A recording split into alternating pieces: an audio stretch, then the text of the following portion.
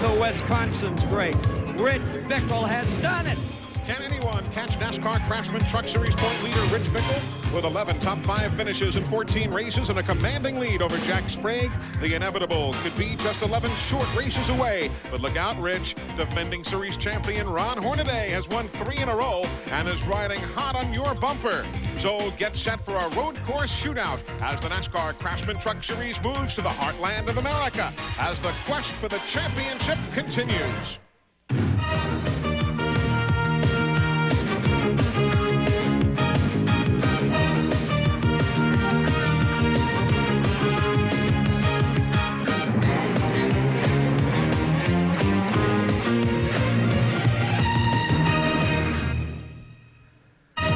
Heartland Park, Topeka, Kansas. 2.1 miles of road course. The first of 3 road courses that the NASCAR Craftsman Truck Series will be challenging this year. This afternoon, it's the Lund Look 275. Hi, everybody. Welcome to Topeka, Kansas. I'm Eli Gold. Yes, it is quite warm again today, although maybe not quite as stifling as the last few days, but still tickling with 100-degree temperatures. That will be a storyline today. But obviously, the big story all week has been Ron Hornaday Jr. He's won 3 races in a row on this series. Can he become the first driver in series history to win 4 in succession? And should he win today, well, he would tie Mike Skinner as the winningest driver in series history. So a lot of the pre-race talk has revolved around Ron Hornaday. That was until yesterday afternoon when they ran for the Busch pole, and Joe Ruttman just pushed Hornaday's name off the front page. Joe grabbed the pole position with a strong run, and he's standing by trackside right now with Glenn Jarrett. Glenn?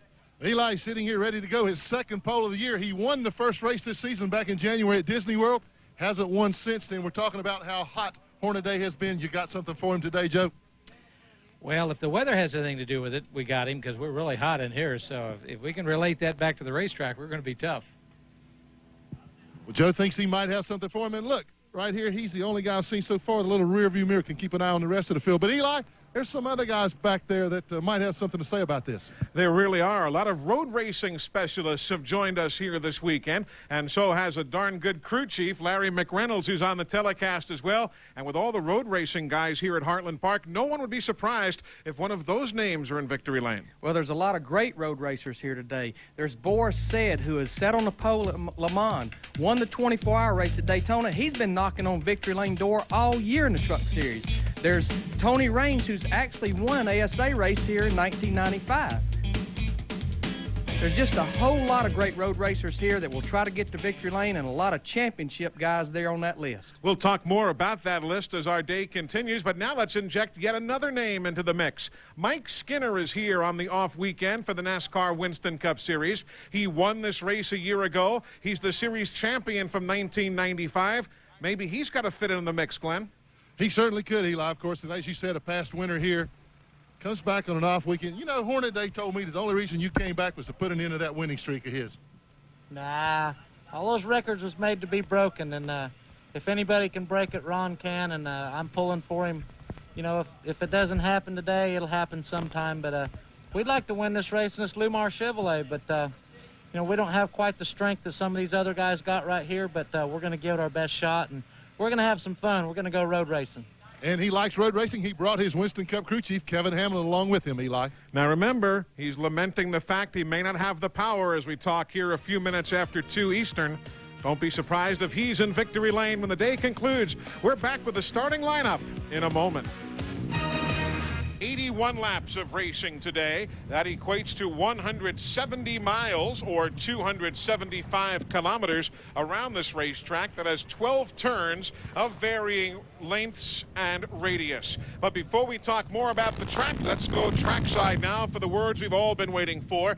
Mark Riley of Keystone Automotive is our Grand Marshal for the Lund Look 275. Gentlemen, start your engines. And with that command, we are set to go racing here in what is the 15th of 26 races for the NASCAR Craftsman Truck Series in 1997. Now it's time to take a look at this day's AutoZone race analysis, brought to you by the 1,600 AutoZone stores across America. The best parts in auto parts and the numbers for today's Lund Look 275, the first of 3 road course events, the others being Watkins Glen International and Sears Point International Raceway for the NASCAR Craftsman Truck Series.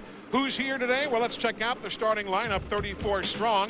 Third in points, Joe Ruttman, going for 4 in a row, Ron Hornaday. Fifth a year ago here was Jay Sauter and Mike Skinner in from the Winston Cup Series. Second in points is Jack Sprague and road racing specialist Ron Fellows. He's here. Tom Hubert in his second start in that Dana Dodge, and the former Le Mans pole winner Boris Said.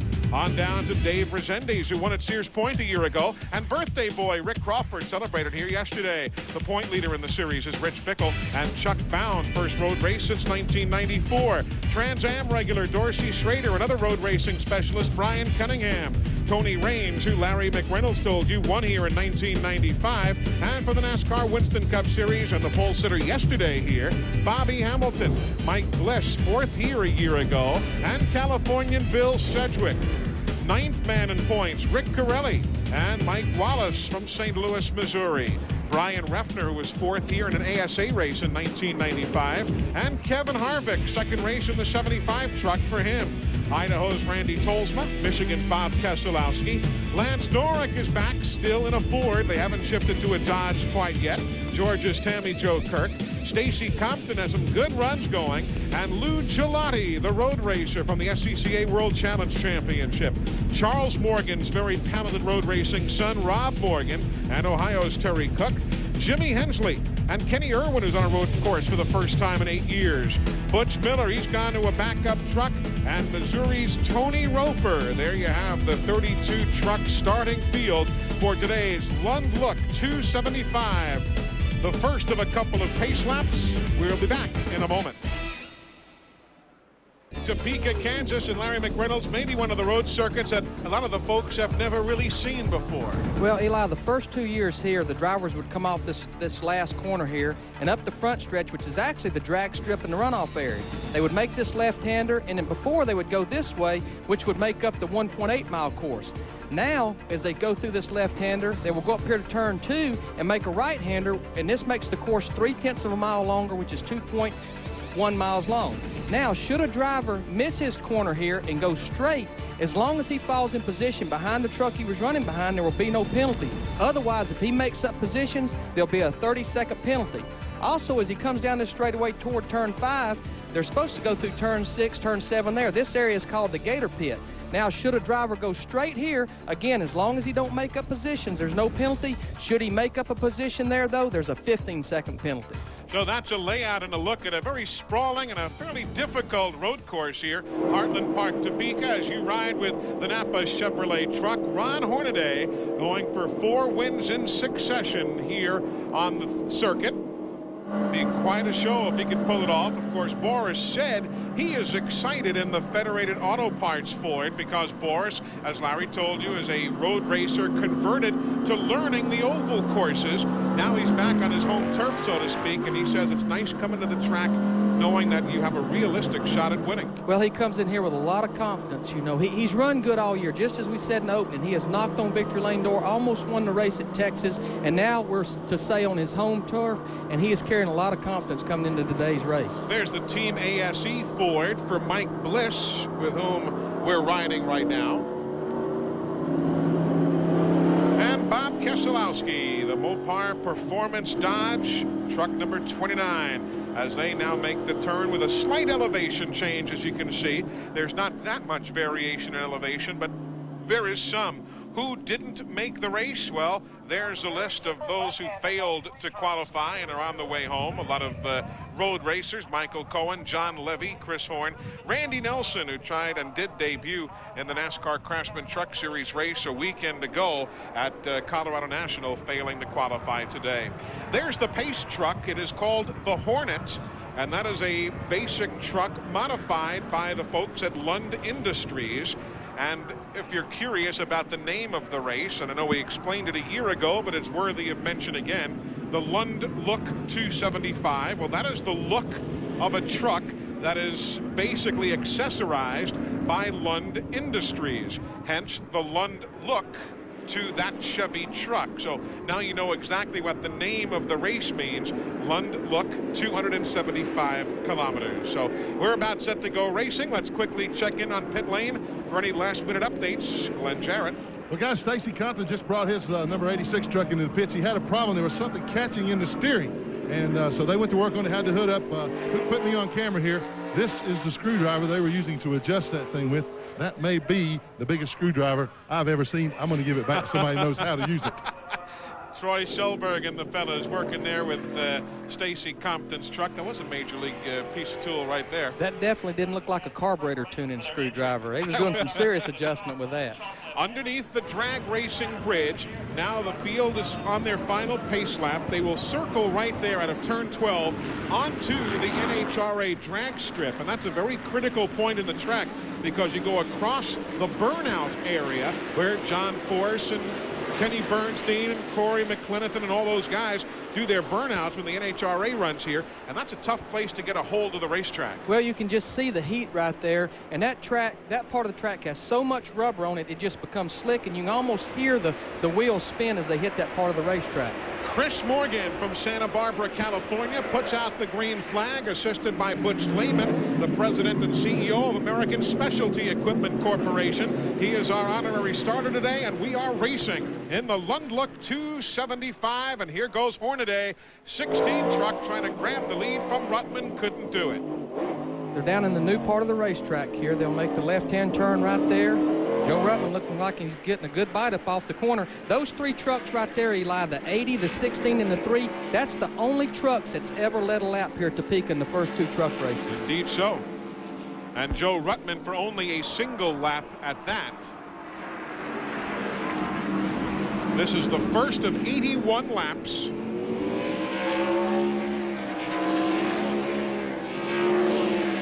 Most of the drivers say they will shift as many as 12 times a lap here. And some of the corners are really slow here, Eli, and they'll even use first gear a lot, which is something that not many road course drivers use, for instance, at Watkins Glen or Sears Point. But these guys go all the way to first gear quite a bit.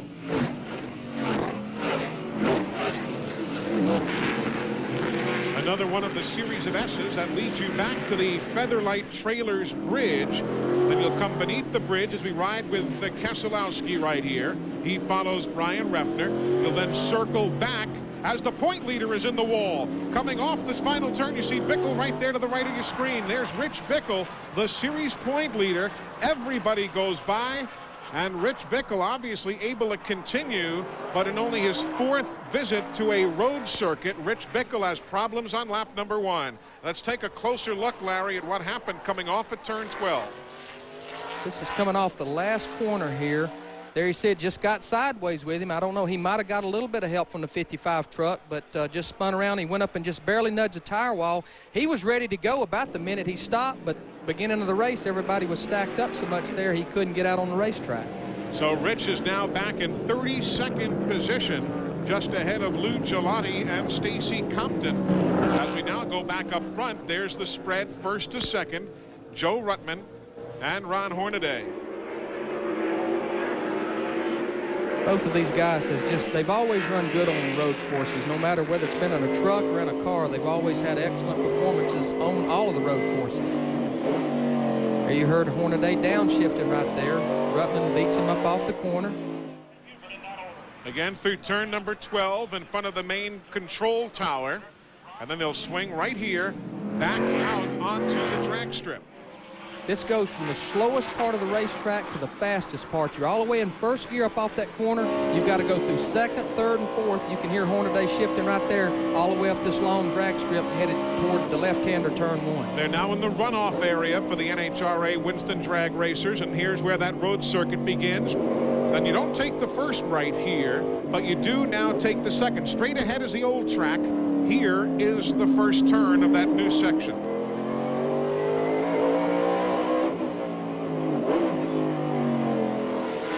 Let's take a look at Mike Bliss's view of what happened to Bickle, see if he had help.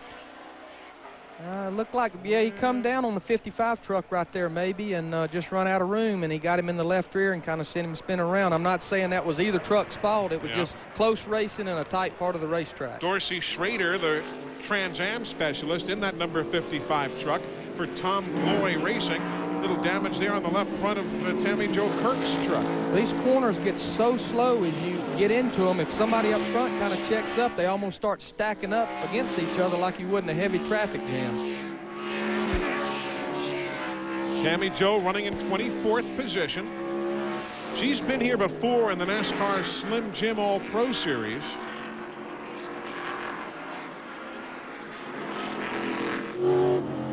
Now riding with Bob Keselowski in 22nd. That's Kenny Irwin right behind him. You hear here, Eli, that he just barely backed to the gas just for 2 or 3 seconds in this part of the S's of the racetrack, just enough to kind of lunge you before it's time to make the next corner. So 3 laps are in the books now of 81 that make up the Lund Look 275. Joe Ruttman leads, and we're glad you're spending your Sunday with us here on TNN Motorsports. Here goes Hornaday, and Ron Hornaday at lap number 5 will take over the top spot from Joe Ruttman in the Lund Look 275, and he would have made Kenny Bernstein proud. Used the drag strip the way he was supposed to. He used the drag strip in some of the runoff area. So Ron Hornaday will take the lead now at lap number 5. Ruttman right behind him there, the LCI truck running in second. Jay Sauter is the number 3 truck. He is in third. Mike Skinner in the 93 running in fourth, and Jack Sprague in the 24 running in fifth. Meanwhile, Tammy Jo Kirk made a stop moments ago. Glenn, I assume it was for that damage we saw on the left front.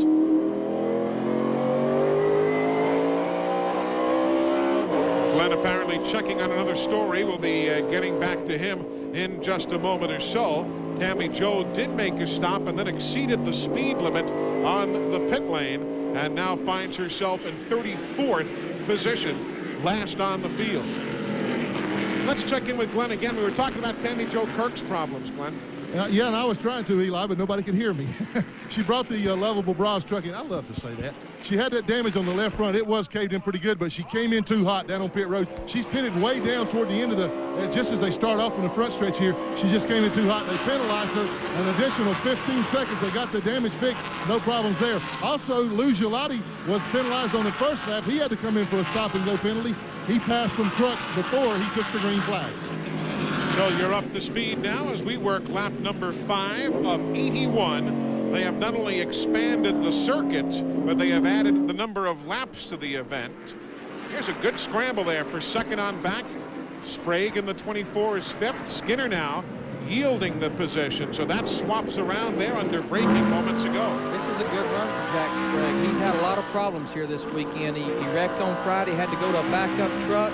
Got into some oil on the front straightaway yesterday, got in the wall again, and then if that wasn't enough, at the end of the practice yesterday, he tore transmission up. So his guys have definitely worked hard this weekend, but he's up there running in the 5th position. Butch Miller also went to a backup truck. There's Boris Said in the 44, the road racer, running in 7th spot, the Federated Auto Parts Ford. We're riding with Boris now.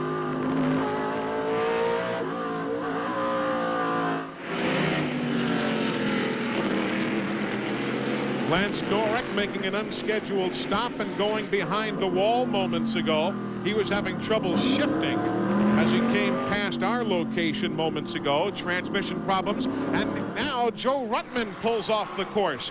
Joe Ruttman is coming off turn 12 and heading down the pit lane. So there he is, the man who led the first 4 laps, our pole sitter, makes an unscheduled stop. He has other company joining him on pit road as well. We'll see exactly what the problem is as the Roush crew goes to work. You know what I think they're doing here, Eli? I know what they're doing. It's exactly. This first segment leading to halfway is 42 laps. There was a lot of trucks that didn't think they could make it. So what they're doing, they're taking advantage here, going ahead and topping this truck off early. If they get a caution and a lot of the trucks come in, Joe's full of fuel and he's back at the front of the field. That's his teammate, Chuck Bound, that has come in as well. And the reason a lot of this is going on, Glenn, I guess, is because of what Sammy Shoemates, the crew chief, did yesterday in the All-Pro Series race, helping Steve Christian to an impressive win. I got to feel like you're exactly right, Eli. These guys saw that, and they know that that's the best strategy on the road course. We talked about it yesterday. We're in Ron Hornaday's pit right now. He's coming in this lap for a gas and go. Very same reason. If they can catch a caution, all the other guys got a pit behind them. They got track position, and that is so important. Can't tell you how important it is on a road course. You folks also got a quick look at Tom Hubert seconds ago, doing a little agricultural racing. Hornaday, he's on pit road. Here he comes. He's on the pit lane now. You enter pit road before you even go beneath that Featherlight Bridge that you've been seeing. So the leader is now Jay Sauter, who'll take over the top spot. And, you know, again, for the fans at home, I'm sure you're wondering, gosh, they've only run 6 or 7 laps of this race. Why are they already pitting for fuel? And I just want to iterate, the first segment's 42 laps. They don't think they could go the distance, so they're going to come in early, get those trucks topped off of fuel. The only downside to this is if there's some trucks that can go the distance, then you're way behind those trucks. Well, we'll all find out together as we're still early in this event. 7 laps are complete. Jay Sauter is now the new leader. Right there, your first and second place trucks. Jack Sprague right behind. 93, Mike Skinner. 24, Jack Sprague. That change just took place on the racetrack when Jay Sauter pitted at lap number 7. Jack Sprague inherited the lead. Then out on the course itself in turn number 7, Skinner made the move around Jack Sprague. So it's Skinner, Sprague, Boris Said, Ron Fellows, and Rick Crawford. Over the last number of moments, we have seen pit stops for Mike Bliss. We told you Sauter, Bill Sedgwick has been in, Kenny Irwin has been in. Others making their pit stops now. Mike Wallace has stopped for fuel. Again, all of this to try and work race strategy in your favor as Boris Said tries to grab a piece of second. This is over in the turn 8 and 9 area, what we call the Gator Pit. And as they come off the corner there, looks like Boris has the line. Does now drags him into the corner. So swap things around right there. Boris in second. Oh, you see that? Yeah, I think that's some brake smoke. Jack really getting on those brakes hard. And, you know, if you do that too many times, it could flat spot those tires. And these tires have got to go a long way. You're seeing a lot of it every corner. I saw it earlier, I thought. So I don't know if he's got a brake problem, but he sure is smoking them quite a bit. If he doesn't now, he may well shortly. Ron Fellows is right behind him. Glenn Jarrett, a lot of interesting pit strategy. Yeah, there is, Eli, and you can see the shifter here. When Jay Sauter came in, you see they've got the knob off the end of it. They had to take it off. The one in the truck came off. He's having to use his hand on top of this to shift. That is not comfortable. Gas and go for him. Ron Hornaday, when he came in a while ago, they only put 5 seconds worth of fuel in the truck. However, he stalled the truck trying to get out of the pit, so it turned into a 10 second. Here's the smartest guy down here right now. Look at this guy. He's right in front of the fan. Also, you mentioned Lance Norris is having problems shifting. He has lost 3rd gear in his truck, and they're trying to repair that. So transmission problems there, and that really typifies the weekend. The heat here in Topeka has been unbearable. The temperatures have been in 100, 101, 102, 103 degrees. Today they were saying it's only going to be 100, and with the humidity down just a tick, it'd only feel like 105. The heat index the last few days has been 112, 114. It has not been terribly pleasant at times. That's probably about 130 or 40 degrees inside those race trucks right there, and probably about 20 more degrees hotter on the racetrack itself. The folks from Napa bringing you the field standings here today. At Napa, we keep America running, and they've got that banner across the top of the screen to let you know where your favorites are. You see Boris Said in second, and there is Boris right now as he makes that swing around in front of the main control tower for the NHRA drag racing through the burnout area. He has lane choice. He's just going to go right down the middle and take a little bit each. You know, some of these guys felt like they could make it the distance on fuel, but they needed a few caution laps to do that. And so far, we've been caution-free after 11 laps. So you almost wonder, these guys making the commitment to go this long on fuel and not stopping early, they maybe have already committed themselves to try to go the distance. Again, this race is run in 2 halves, remember. There is a Gatorade Front Runner Award at the end of the first half of $1,000. Rick Crawford is getting a little crossed up there, getting in the corner. First time here in a truck. Crawford was here last year in the NASCAR Slim Jim All-Pro Series race. As a matter of fact, in this weekend a year ago, he was the point leader in the All-Pro Series. Jack Sprague really getting up on those rumple strips and stirring up the dust. Hadn't seen any more brake smoke here the last few corners, so maybe he realized he needed to slow down just a little bit and quit entering them corners so hard.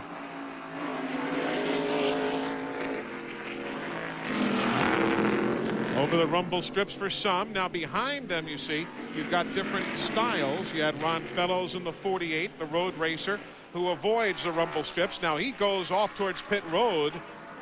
Rick Crawford as well entering pit road. So these guys are on the pit lane. Fellows who compete. Oh, and Jack Sprague is off the course. racetrack. As he swung out onto the drag strip, Jack just missed, and he's going to take a side entrance onto pit road. So Jack Sprague right there. You unfortunately didn't see what happened, and maybe we'll be able to take a look. He's got shortly. a flat tire. That's the reason he had to find him away on the pit road, and right that was front. pretty quick thinking there, because looks like somebody just forgot to put the concrete barrier there today. He found an opening and went right down the pit lane. And they'll only be able to change that one tire there because they only have one other set of tires. But if a tire's flat like that right front, then you can come in and change that tire, and he's away. But he's going to lose a lot of ground here. If you just come in and change tires because you want to, then it's a 5-lap penalty per tire change. You say, hey, our tires aren't working. I want 4 newies. Well, God bless you, but you're 20 laps down. So that's how it works in this series. Back up front, you're running with second place Boris Said. Right ahead of him, that red truck. That is Mike Skinner. Skinner earned 8 wins in the series in 1995 as the series champion. A little bit of brake smoke out of Mike's truck there. This is only Mike's second truck race this year. He run earlier at Homestead, and he's going to also be in a truck next week at Raceway Park. A little bit of weaving coming down the drag strip there. Almost looks like looking down the straightaway at Pocono. Sure does. And you see again the heat just radiating up off the ground here. Mike told me that they was pulling a little bit higher rear end gear than maybe some of the other trucks, and you know, a little bit higher gear can help the fuel mileage just a little bit, and in a case of almost being able to make it, just a little bit could mean a lot here. Mike Skinner welcoming himself back to the series. Everybody happy to see him. But it was interesting. I asked him after a taste of Winston Cup, what's it like coming back to race the trucks here this weekend?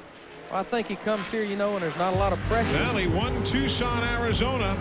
He won Colorado. He wins in Kansas. 3 in a row for Mike Skinner.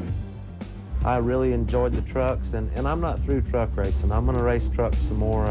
I've got a son that I'm trying to move up into the truck ranks, and I miss the guys over there. So when we get an opportunity to go back and race with them, it's fun. And going over there and not being in a point situation is going to be even fun. Thoughts of Mike Skinner, who is here this weekend, driving truck number 93. That's the same Lumar Windows Chevy truck that he drove to Homestead's 4th place finish back in March.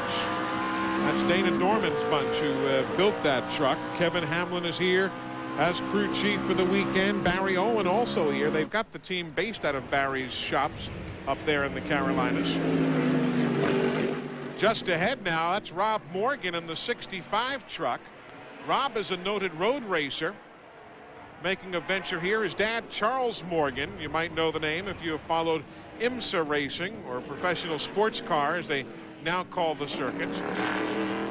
They've run together successfully at the Rolex 24, the 24 Hours of Daytona, but goes a lap down here in a very unusual vehicle for Rob Morgan to be driving in. Just going to be a bit of a learning curve. We are 14 laps complete. 81 making up the distance. Mike Skinner took the lead at lap number 9.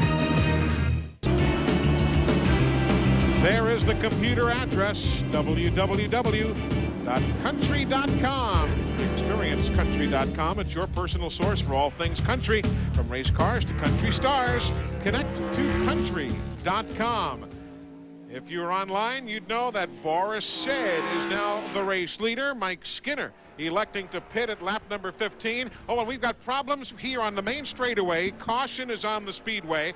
Bill Sedgwick with some fire beneath the left rear of his truck. And they have just put an all-course caution out, as you see Chris Morgan waving that caution flag. Sedgwick just came out of turn 12, and all of a sudden left rear of the truck began to erupt in a blaze of flame.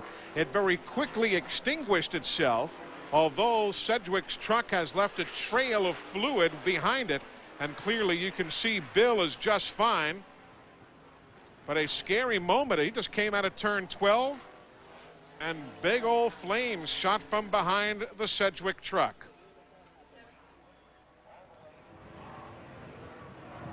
Let's see if we can see exactly what happened. He was just minding his own business, best we could tell. He goes wide.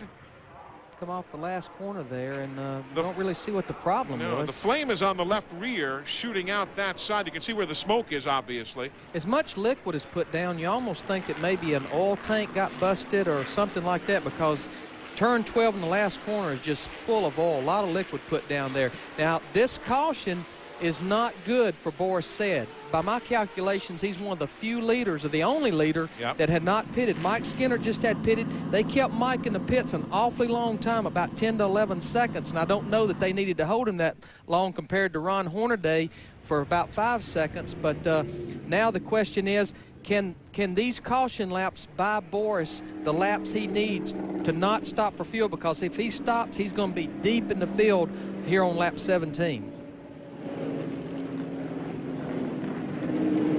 So caution on the speedway, a full course caution for the very first time.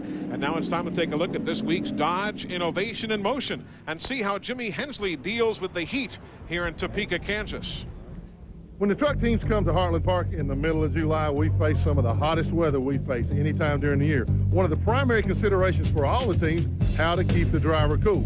Dodge driver Jimmy Hensley's crew has come up with a very innovative idea, a way to keep him cool. Jimmy, tell us about it. Well, this 102-degree heat's kind of got us concerned, for the race Sunday, Glenn. What we're doing, we're taking the outside air, which is, 102 degrees plus, take it through a fan, reduce it down into a smaller hose, go through a cooler with a coil in the bottom, which is filled with ice. That cools the air. The smaller hose comes out of the other side, goes into my helmet, and gives me a lot cooler air, and therefore should make my performance better. As I said, one of the primary considerations is keep that driver cool. Take a look right here. This is a spare cooler that they built, a backup cooler. The air is forced through these pipes in here. This is all filled with ice and cold water. Simply blows cool air in. Jimmy keeps him as cool-headed as long as possible. And that's how they deal with the heat here in Topeka. You see Bill Sedgwick still looking to see what's amiss with the truck, as Boris Said leads under caution. Want to get Opryland USA in Nashville, Tennessee. Want to take the family? It's a great trip. Give that phone number a call, 615-889-6611. They'll answer your questions Monday through Friday. And while you've got a chance, you might want to race into the all-new and official stores. Warm day here at Heartland Park in Topeka. Temperature at 100 degrees. Feels like 105. Going to be tough on the cooling system.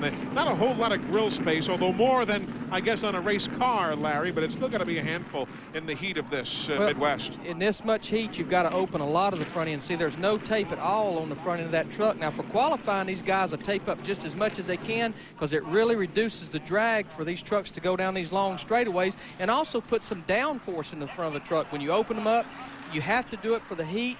It makes the drag go up and actually takes some downforce away, which you have to work on the truck to turn a little better. As a matter of fact, our AutoZone Tech Fact today is with Barry Dodson, who spent some time explaining how to try and keep the truck cool in this high humidity.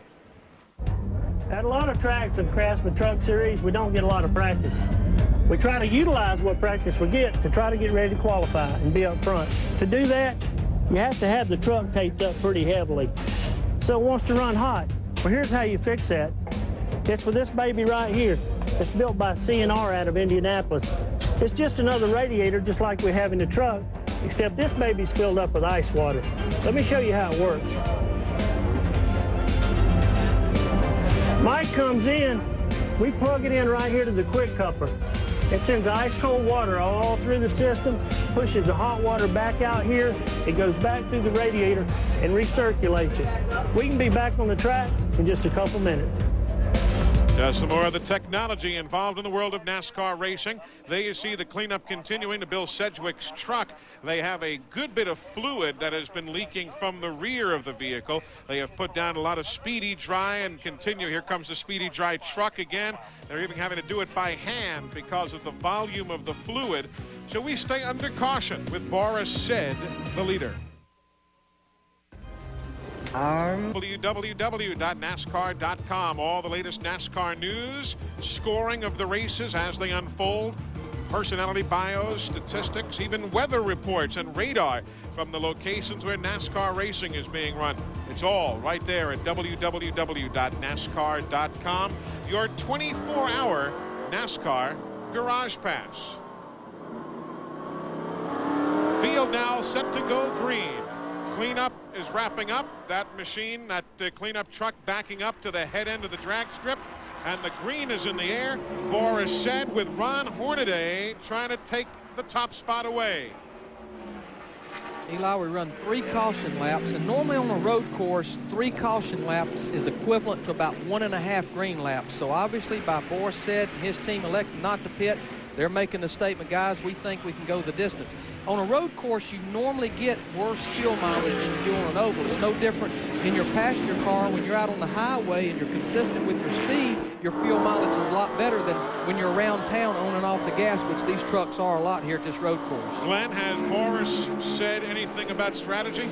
Boris Said, crew chief said, which is Jay Smith, told me, quote, unquote, we ain't pitting, man. We're not coming in. We can make it the rest of the way thanks to that caution. I said, what do you do if you run out of gas? He said, we get somebody to push him around. So they are definitely not going to pit. Update on some of the things going on down here. We saw Mike Wallace in. They got a brake problem, front brake problem. They keep working on that. Also, Jack Sprague has reported now he has a right front rubbing, so he's got a little problem too. But Boris said he's staying out. He might have even exclaimed that. You never know. Underneath the bridge, back out onto the drag strip here off this final turn. It'll be lap number 21 as they come back to start finish of 81 that are being run here today. Riding with Mike Bliss, he's in 5th now, and you see how he has worked forward, then dropped back with his pit stop, and then moved back towards the front.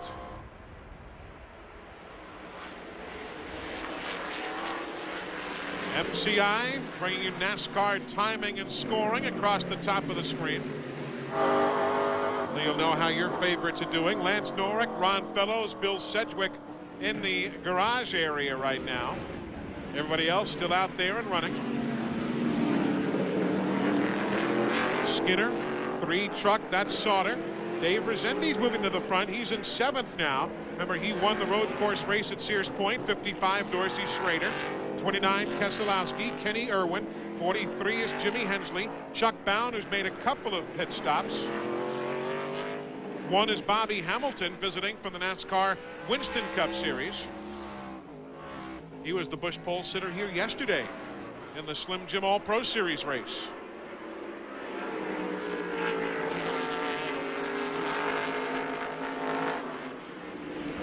Goodyear's brought a really good tire here, Eli. This is the same tire that the Winston Cup cars run at Sonoma, and it really has a lot of staying power. Even though this track gets really hot and slick, the times don't really fall off that much. They was off right away from the beginning of the race, actually about 2 to 3 seconds off what they qualified, but it seems like they kind of stay there even many laps into the race. Good battle there. You saw Rick Crawford just to the right there in that blue truck. Jay Sauter in the 3. The 35, that green and yellow truck, that's Dave Resendiz. You're looking there at 5th, 6th, and 7th. Tony Raines in the 19 truck. He is in the 8th spot. And 1 truck spins here at the entrance. That's Chuck Bound. Chuck Bound, who came off turn 12, spun as he went towards that burnout area on the drag strip. And now manages to continue away in the Exide truck number 99. Chuck running in 27th position. Let's see if we can figure out exactly what happened. coming off the last corner there, got up on those rumple strips and just maybe was too far on them and was actually part on the rumple strips, part on the slick part of the racetrack, and it just come around on him. Got away. A little bit of damage to the left rear there, but I don't think anything that really will affect the truck. Spins it around real quickly and gets going. Good bit of damage, though, you see there at the left rear of the XI Ford. First road race for Chuck in a couple of years. He ran a number of West Coast road races and even ran at the old Briar Motorsports Park, which is now where the Loudon, New Hampshire International Speedway is, when Chuck was up in that part of the country. And it's been a while for him on the road circuits. Meanwhile, the battle for the lead up front has really tightened up again. It's coming right at you through the heat waves of this Sunday afternoon in Topeka. Hornaday looking, but can't get the jump on Boris Said. Boris's truck really runs good down at the end of that long drag strip, the end of the front straightaway. Boris doesn't show a ton of emotion, but all week long, I happened to talk to him on Tuesday from out in California, and he said, man, these days aren't going by quickly enough till I can get back to the road course. Well, you know, even way back when it was announced he was going to drive this truck at the beginning of the year, I think probably the first thing that popped in everybody's mind is, heck, these trucks go to 3 road courses, and we're sure Boris is going to be tough. And again, I think he has surprised people at his performance on the ovals. He really has. He's learned. Well, he's a good, talented race driver, no doubt about it. And he's really picked up the pace on the ovals nicely. Glenn, what are you hearing about Chuck Bound's problems? How significant are they? I think it's mostly sheet metal, Eli. They've been talking about bringing him in, but Chuck says the truck's okay. I just happen to be looking right at that. He got in that corner starting off down the drag strip there, and he got a little bit squirrely. Jack Sprague was right behind him, had nowhere to go, and he got into Chuck. That's what spun him around. If you look at if you can see next time we show it, the damage on the left rear of Chuck's truck, I think that came from the contact with Sprague, but I don't believe it was Jack's fault. Just 2 guys at the same place. Chuck had a little problem there. Chuck in 27th position right now. Meanwhile, up front, here goes Hornaday. Gets a jump this time midway down the drag strip, and he'll grab the lead from Boris Said. Just pulled out, went by him on the inside down that long drag strip, pulled back in line before they even got to turn 1. So for the second time today, Ron Hornaday will take the lead. Let's see if Boris can hang with him. You've got Mike Skinner in the 93 truck right behind.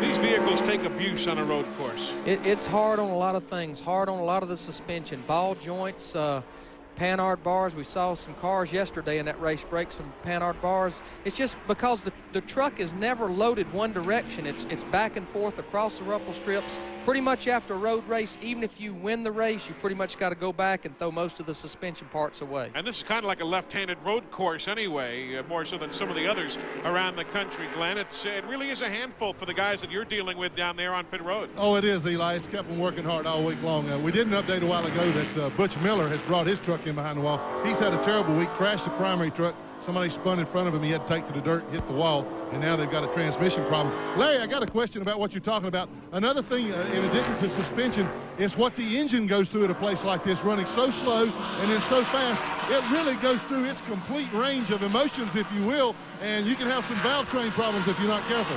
Well, it really is hard on valves, and again, the downshifting and upshifting. You know, these trucks have rev limiters in them, which actually cuts the cylinders out if you over rev them, but still, if you over rev them too fast, it'll turn the RPMs up, and it's pretty much a motorman's nightmare. There you see Mike Skinner. He's moved around Boris Said into 2nd place. Boris is now running in 3rd. Mike Bliss is 4th. Rick Crawford is running in 5th as we ride with Bliss. 25 of 81 laps complete. The Lund Look 275 is now under caution. Why? Because there's one truck right there pointed the wrong way. That's Brian Reffner. Brian got a little out of shape over there in turn 10 and never did get it refired, and so he may have something transmission-wise or engine-wise that's caused him to be in that position. He's still sitting in the truck, waiting to get him out of the way there. He ran 4th here in 1995 in an American Speed Association race, but today it's not going to be quite as strong a day. Tough break for Brian Reffner. Meanwhile, Boris said over the last lap or so has dropped a couple 3 positions. Glenn, are they concerned? Are they saying anything on pit road? Oh, absolutely, Eli. There's a little problem. Jay Smith, the crew chief's talking to him right now, and Jay, Boris seems to have dropped off. What's the problem? Don't really know what it is. The motor's been skipping pretty much all the way around the racetrack. He says he's killing them guys in the corner, but it won't run down the straightaways, and we're not real sure what it is. We're going to try some stuff on the carburetor, change a battery, and a few other little things, but we really don't know what it is. This caution helps, but you're still sure you can go all the way this half? We're not pitting. That doesn't mean he's sure. It just means he's not pitting. So that's the strategy as it unfolds. Tough break for Boris. Remember, you got to have the strength on the straightaway here because the front stretch, the drag strip and the runoff area, 2,484 feet. The back stretch, 1,442 feet. So you've got to have it dialed in all the way around. And certainly number 16 truck does. That is Ron Hornaday. A streak of races began with the win at Bristol Motor Speedway. He led every single lap. 2 weeks later, he went to victory lane at the famed Milwaukee Mile. The next week, Louisville, Hornaday dipped under Mike Bliss, took the checkered flag, and he had won 3 of his last 4. Then last week, his wife was looking on in Colorado. Lindy saw Ron take his 3rd straight victory and a Craftsman Truck Series record 4 wins out of 5 races. Nothing like momentum. Today, got that right. Nothing like momentum, and you know, they really got it going right now, and he's sitting there right up at the front again today. So, and Ron's always been tough on these road courses, so I'd say he stands as good a chance as any of getting those 4 wins in a row. If I may, for a moment, shifting gears, if you will, the Brickyard 400 coming up next weekend. And of course, everybody knows, Larry, you are the crew chief for Dale Earnhardt. You guys were there testing. How'd things go? What's the thought process for next weekend? Well, with both of our cars, Earnhardt and Skinner, the 3 and the 31, we spent 5 days total there testing. Had Dave Marcus helping us out, Bobby Hillen doing some engine stuff for us. Had a good test, and you know, we feel like with the 3 Brickyards that's been run, Dale Earnhardt, Richard Childress, and Larry McReynolds, we carry a lot of success into there. We like to won the first Brickyard with Ernie before the cut tire. Dale did win the 2nd Brickyard, and then last year with the Robert Yates cars, Dale Jarrett and Ernie Irvin, we had the 1-2 punch. So maybe we can carry our momentum into the Brickyard. Oh, Dave Marcus is something when he tests a car, isn't he? He's got a great feel for a race car, and it really gives you good feedback, and he's really been a lot of help to the Goodwrench team. Here we go now for the restart. The restart spot is where they show that scoreboard where they give you the results of the drag racing events. We'll ride with Mike Bliss here. As soon as they get to that scoreboard area, they are free to go. Hornaday gets that normal restart, but looked like Skinner kept pace with him just a little bit, as well as Mike Bliss as they downshift headed into turn 1 here. Hornaday, Skinner, and the man with whom we are riding, Mike Bliss. 28 laps into this race, you heard Mike Bliss as he got back to the throttle. He wasn't able to just completely nail it. He kind of had to feather into it. You have to drive these road courses with the throttle as well as the steering wheel. There's Boris Said. There's Boris Said. He's got major problems now off the pace. Everybody is going by Boris Said. It is an extremely hot day today. Temperature again over 100. High humidity. Glenn, any problems on the pit lane as far as guys checking in as to how they're going to feel? Oh, yeah, Eli. Brian Cunningham, driving the number 57 truck, has had Doug George standing by to relieve him. Doug has gotten in the truck. Brian collapsed from the heat. He has been sick. He's had some kind of virus, and it finally caught up with him. Meanwhile, I'm in the back of Rich Bickle's pits right here. These guys are working hard to get cold towels, ice packs, and ice water ready for Rich at halftime. They're talking more about what they're going to do to keep him cool than they are what they're going to do to change on the truck. Meanwhile, we're going to go down now, check on Boris Said. I'll get right back to you. So that's the update there. There is the Cunningham truck now with Doug George at the wheel. So again, we don't want to overstate the fact because the NASCAR Winston Cup team running 100-degree temperature at Daytona when you're there for the Pepsi 400.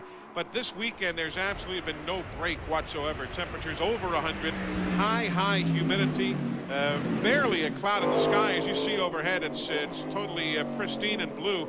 There's very little area to hide. Saw Mike Skinner locking that right front up there as he went off in the corner, locking those brakes up. Eli, there's several things. There you see Boris said he's in the pits, and they're jacking the rear end up. He may have tore a gear up of something. It looked like he just all of a sudden was off the pace. And that's normally what you look for when you jack up the rear of a race vehicle, something in the rear end, obviously. They're trying to see you run a ratchet rear end here, and what they're trying to do now, they're trying to see if both wheels is pulling. Glenn, what can you tell from down there? Exactly what Larry's talking about. They got a rear gearing problem, and you're right, Larry. They got it jacked up trying to spin both tires. When Boris came in, he didn't cut it off. It cut off on its own because of something in the gearing. He couldn't stop it, couldn't control it. Now they're wanting to work on the axle cap. He may have a broken axle. I don't know. But they're definitely got a rear gearing problem. They're going to have to put him behind the wall, check it out. Tough break. You know, we talked about how hard this racetrack is on the engines and transmissions. It's hard on all of the drivetrain, the dry shaft, and can be very hard on axles. You know, the RPMs are so low, and then all of a sudden you're back to the gas, really turning the RPMs up. That can twist one of those axles right in two. So Boris said, going behind the wall, a big spin here. Tom Hubert coming back out onto the drag strip area. There he is in the Dana Dodge up against the tire barrier. Now there can be caution in that one corner only. You don't have to have a full course yellow. They'll wait and see whether Hubert can get that Dana Dodge for Kurt Rohrig going again. We'll see exactly what happened. Watch. He come off in the last corner and looked like it just come around with him, but an awful lot of smoke, so he may have had a transmission or an engine problem. And we've got a full course yellow. It doesn't look as though Bobby Hamilton helped him from the rear. It was tough to tell. Just tough. Bobby's there in that #1 truck. But we are going to a full course yellow here at lap number 30 for the Dana Dodge. The leader is Ron Hornaday. These same NASCAR Craftsman trucks will be fighting it out on the high banks of Nashville Speedway. It all starts August 16th at 7 p.m. Eastern. And then following that race at 10 p.m. Eastern, it is the most prestigious race in sprint car racing.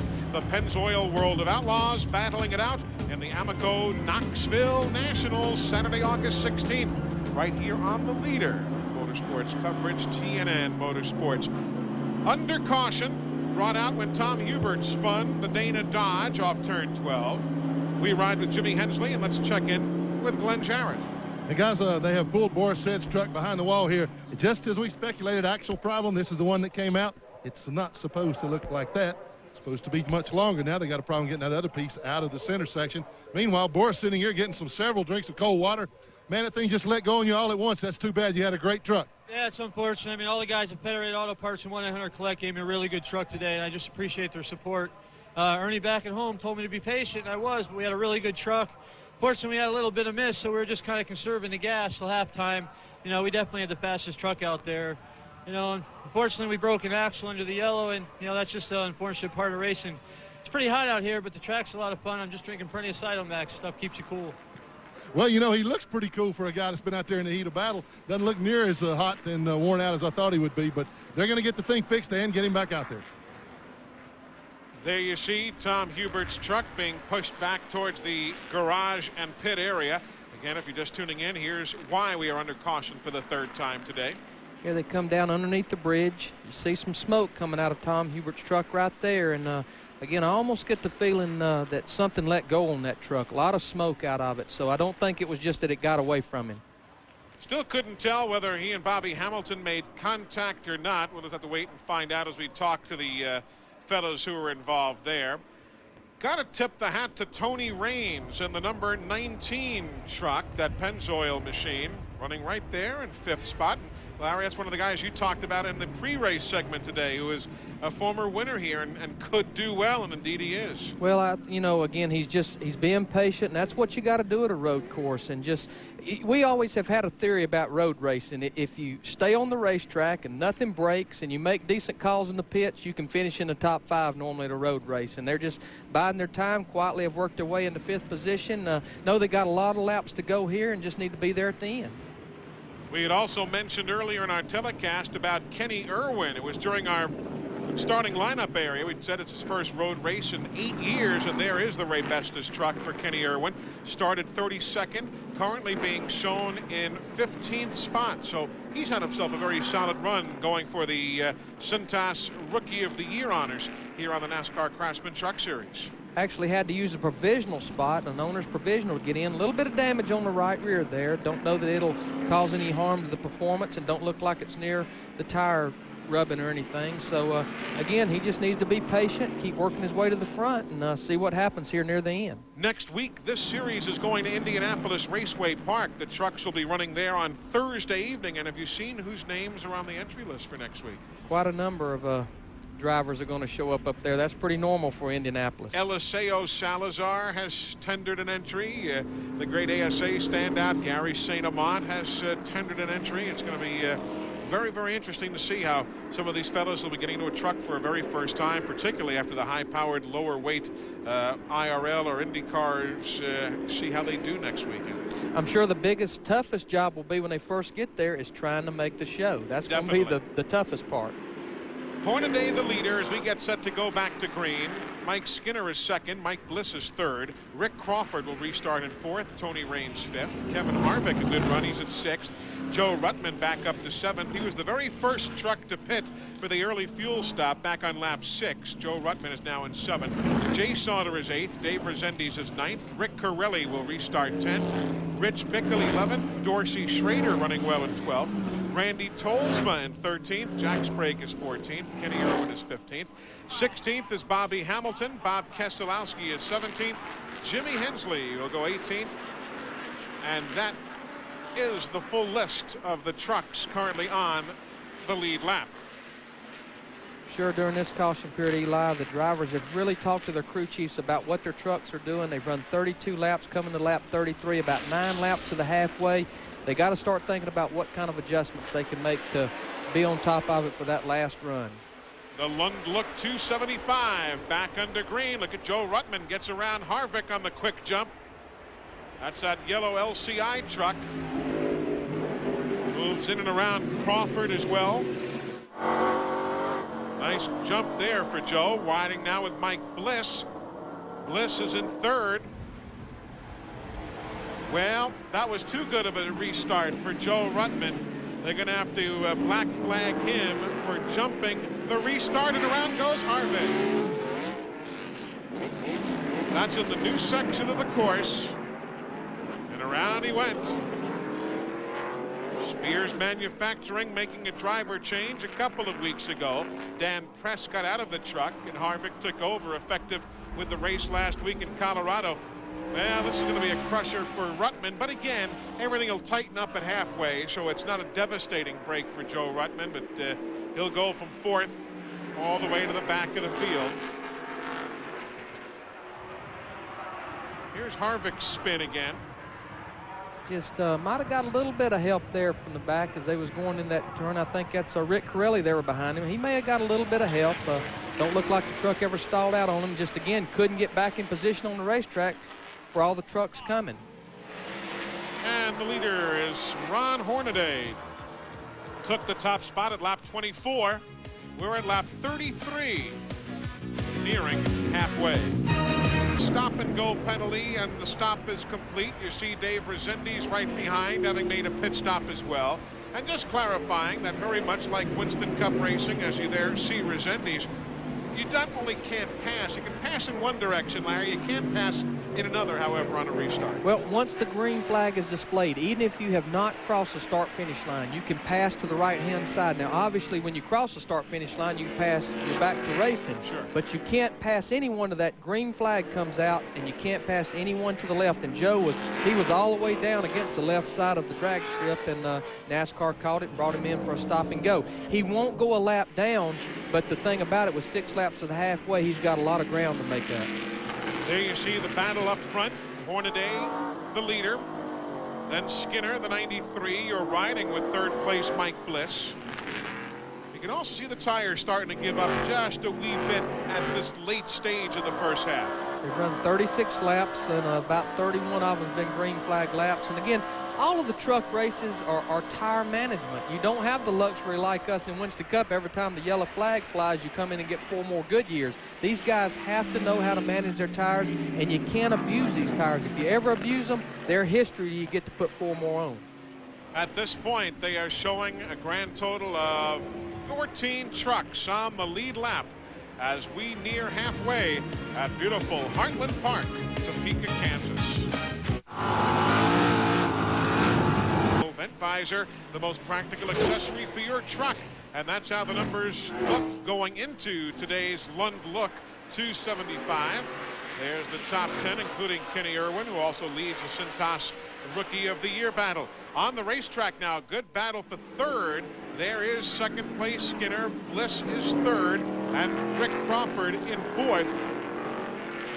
Bliss had made a bid there, but couldn't quite make the move on Skinner. And Rick Crawford, he had been all over the, I guess what would you call it, the rear tailgate. Exactly. Of Mike Bliss's truck, and lost a little ground when he didn't quite clear him getting into turn 1. Boris said after the problems to the rear of the truck, he has now returned.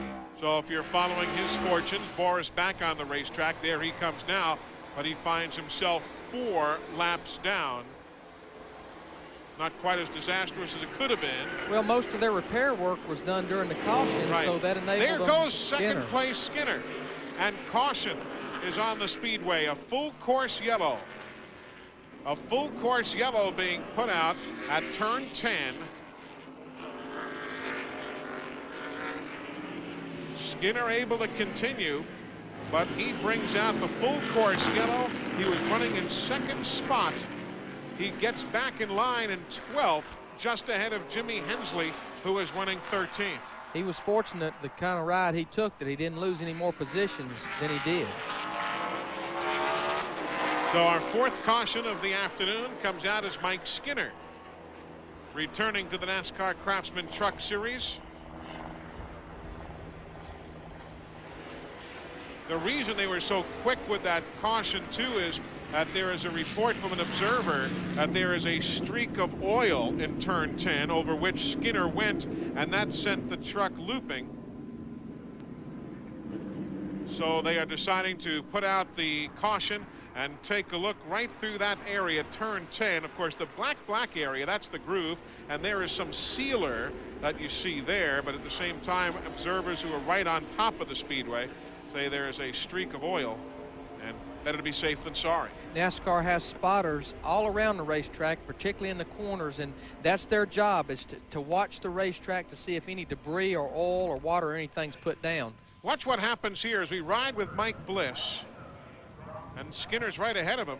Sorry, the tail end of the truck started really moving around there like he did get in some liquid or something, like it just got away from him. It didn't just come around like it got loose with him. It's like maybe his rear tires was in some oil or liquid. Down on the pit lane right now, Rob Morgan has the hood up, and it looks as though they're also working in the driver's compartment. Oh, there's Morgan right there. There's Morgan being helped out of the truck, lying down or being bathed in ice water, and we'll have Glenn update us quickly as to who it was that climbed in. Again, folks, not to overstate it, temperatures here, even with the breeze that you can see blowing and rustling everybody's hair, temperatures over 100 degrees. The humidity makes it feel a good bit warmer than that, and it's been that way all weekend long. There's the breeze and the umbrellas, too, that help shade some folks here in the heartland of America. 275 is under caution, and even though we are shy of halfway by a lap, there is a report of a streak of oil pretty much all the way around this 2.1-mile road course. Someone has been putting oil down, so NASCAR has decided to bring the trucks in and do the halfway break right here. And they're within a lap anyway of where they were scheduled for it, and that'll give the track cleanup crew an uninhibited shot at cleaning the entire racing surface without having to dodge the race trucks while they're out there. So we're going to take the break here a lap early, so as to facilitate track cleaning. As soon as we come back, Glenn will be patrolling the pit lane, and he'll give you the halftime report. We're right back. Topeka, Kansas, the Lund Look 275 is at halfway. Ron Hornaday is the race leader. In 95, he won the race here and at Sears Point. In 96, he won at Watkins Glen. I guess Glenn Jarrett, we shouldn't be surprised he's leading now. Not on the road course, Eli, and he came out and took an ice water bath, got a new ice pack around his midsection there. Run kind of hot out there, isn't it? I'll tell you what, not too bad, but this Napa Brake Chevrolet is running awesome, and I'll tell you what, there's a lot of rocks out there, so you got to have one truck Chevrolet to do it. But cool packs, borrowed a helmet from Rick Corelli, a little cool helmet. I've never been fresher. Fred Graves told me they were going to put a little tape on the nose, and we're going to put maybe a half round of bite in the left rear. Said that they just won't turn like you want it to. Yeah, just left-hand turns. You know, the tires really get a lot of rubber on them. You get down the first corner, it just pushes off real bad. So we're going to put a little bit in there to try to get it to cut on the left-handers and tighten it up for the right. Other than that, Napa Chevrolet's awesome. 4 in a row, looking good right now. We're not looking at that right now. We're just looking at the big picture for that championship. Okay, back to you, Eli. That's Ron Hornaday trying to keep himself zeroed in on the job at hand. Well, they're going to put a little tape on the front end, and that'll help the truck cut a little better because it puts downforce in it. And I think I understood them say they're going to put around in the left rear. That will actually tighten it up for the left-handers, where the tape will make it actually turn both directions. Ron Hornaday, 15 career wins on the NASCAR Craftsman Truck Series. Running in second, Mike Bliss, a good run for the ASE truck. There he is. We're just talking about Mike, a great run so far. What are they doing to the truck? How do you like it so far? So far, the ASE Ford's strong. It's real good through the slow hander, the slow left and rights. A little tight to the left on the fast. We're just going to take a little wedge out and go from there. I mean, I'm not a big road racer. We just got to truck and finish in the top 3, and that's what I want to do today. Well, Hornaday is a pretty good road racer, known for that. Have you got anything for him, or you're just going to ride it out, see what happens? I'm going to ride it out, see what happens, and see. I don't want to do nothing stupid and not finish. Well, you can see his conservative approach has got him all the way up to the front of the pack so far, guys. Don't count Mike Bliss out of this thing. Never do. Rick Crawford in third, Jay Sauter fourth, and Rich Bickle is fifth. Halfway through the Lund Look 275 at Heartland Park, Topeka. Halfway through here at Heartland Park, Topeka, Kansas. Nice pastoral shot just outside the gates of this 2.1-mile road course. Eli Gold welcoming you back to Heartland Park, Topeka, where Ron Hornaday is the leader here halfway through the Lund Look 275. Bill McMahon is with us here for a visit. He is the president and chief executive officer of Lund Industries, the title sponsor of this event. It's great to have you on board, and you have come out with a fine weekend again. This has been a good competitive race. Well, it's been an excellent race, and it's our second year sponsoring it, and we're extremely pleased with it. And it's a natural marriage when you talk about the accessories that Lund Industries has available for the consumer through aftermarket availability and a truck series. I mean, this is a natural marriage. Well, when this started 3 years ago, we were extremely excited, and we had no idea that it would take off as rapidly as it has. So it's been an excellent opportunity for us. And your company, Lund, is really basically an innovator. A lot of folks have copied and come along thereafter. You guys seem to be on the cutting edge of what's new in truck accessories. Yeah, our growth has really stemmed from our ability to develop products internally, and they have been new, unique products, most of them patented, and we intend to continue to do that. I think the best news as far as race fans are concerned is the fact that I understand the sponsorship is going to be continuing here at Heartland Park, and that's good news. It certainly is for us, too. It's each year. This is the second year, and this is far better than last, and we hope more will come from it next year as well. Bill, always a pleasure. I had the opportunity to drive one of your trucks this weekend. It's quite a vehicle, and good to see you. Enjoy the rest of the day. Thank you. We sure appreciate it. That's Bill McMahon, President and Chief Executive Officer of Lund Industries, the sponsoring company of the Lund Look 275.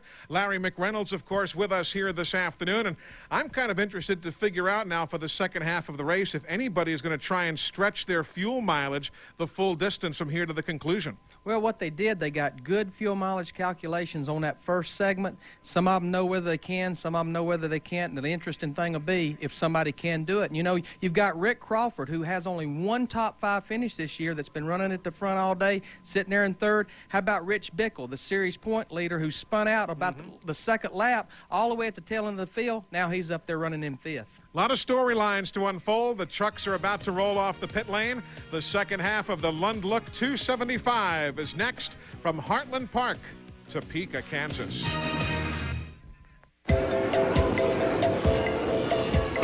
Motorsports is live here this afternoon, Heartland Park, Topeka, Kansas. Let's take a look at how your favorites are doing.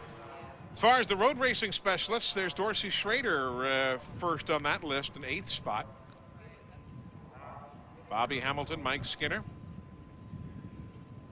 Lou Gelati is in there in 19th.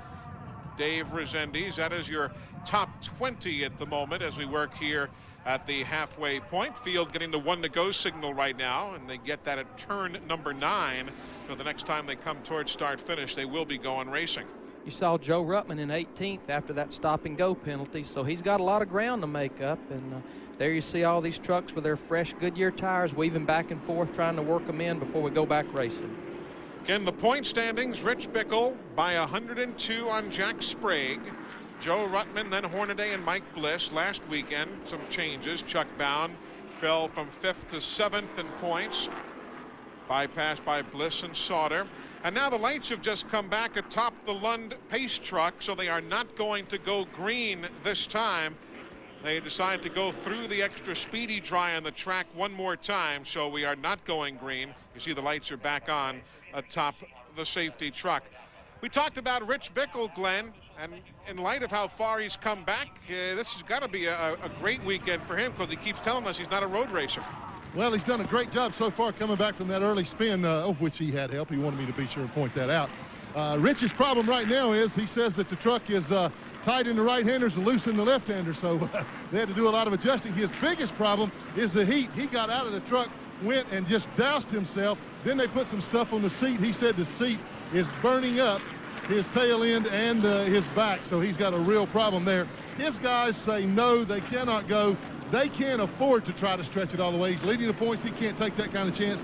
First opportunity, they're going to top off with fuel. Mike Bliss, Barry Dodson told me that they're still figuring right now. He wanted to know if anybody else said they could. I told him I don't know yet. Will Lynn with the number 3 truck, Jay Sauter, says, well, you know, they thought they could, but since they shortcutted us and made us pitted or did the halftime here 3 laps early, that they don't think that they can go all the way right now. So Ron Hornaday's crowd is still figuring. We haven't had anybody yet tell us that they can make it all the way. Mike Bliss, we checked on him. They did 4 tires and around a bite out and made some tire pressure adjustments, but he says he's going to have to stop also. Let me go check with Hornaday's guys right now and see if they finished calculating. Boy, they had like 6 mathematicians over here doing the math on it, so let me see what I can find out. Nobody here. Here's Fred. Let me ask Fred Graves. Fred, we're curious. You had some calculation going on there, had a lot of help. Do you think you can make it all the way on fuel? Well, if we got as many cautions as we did in the first half, we'll be real close, but we don't know if we're going to get those cautions. If we don't, we're really gambling about running out, so we're just going to have to play it by ear. Sounds like the old days, Eli, when you had a buddy out there and you needed a caution, you got him to spin out. That's what they need. Glenn, I bet you if somebody can make it, you know what? I don't believe they're going to tell you they can. That's right. And, yeah, crew chiefs never tell the truth, do they, Larry? We just work in the gray areas. We just work in the gray areas. How about what Fred Graves has meant to this team? Here's a guy who, I mean, they've had a number of different crew chiefs this year on that Napa truck. And Fred Graves, the man commands batting. I mean, he'd be in the Hall of Fame if he was a baseball player based on the percentage of success he's had this year. Well, I think what he has meant to this race team, I talked to Dale just earlier this week about it, and he said the biggest thing that Fred has brought to their race team is Ron Hornaday believes in him. If Fred tells him it's raining, Ron's going to go get an umbrella and go outside with it. He just, and I'm not saying Ron hadn't believed in his other crew chief because he's won a championship and won a lot of races, but he just has a lot of respect for Fred. Fred has a lot of respect for Ron. They believe in each other, and there's no substitute for that. Can't beat that. You're exactly right. About set to go green. A quick update again. Glenn, I see you got Barry Dodson with you. Yep, the brain trust for Mike Bliss. Now, you finished your calculations. Can you make it? I don't know. You know, what kind of got us out in left field was we were supposed to go 42 that time, and which made the second half 39, and now that's out the window. So it's kind of like the first half here. And we got a rabbit up there. We probably do what he does. So monkey see, monkey do. I like that. Well, let's see what everybody does. We're getting set to go back to green. Ron Hornaday ahead of Bliss. The 14 truck, Rick Crawford, a super young racer out of Mobile, Alabama, a graduate from the Slim Jim All-Pro Series. Green is in the air from Chris Morgan. We're back at it, lap number 41. Ron Hornaday getting that normal good restart that he gets everywhere. Off into turn 1. Now they come to the new section of track. If you're just joining us along the way, this little kink right here that they're going through is what was added from our visit last year, expanding the track from 1.7 to 2.1 miles. Mike Bliss all over the back of Ron Hornaday's truck. I asked some of the drivers, did this new portion of the racetrack change anything about setup or gearing? And they said, no, it's just another left and another right added to the existing road course. Hornaday looking back to Bliss, and on the bottom, Bliss looking forward to Hornaday.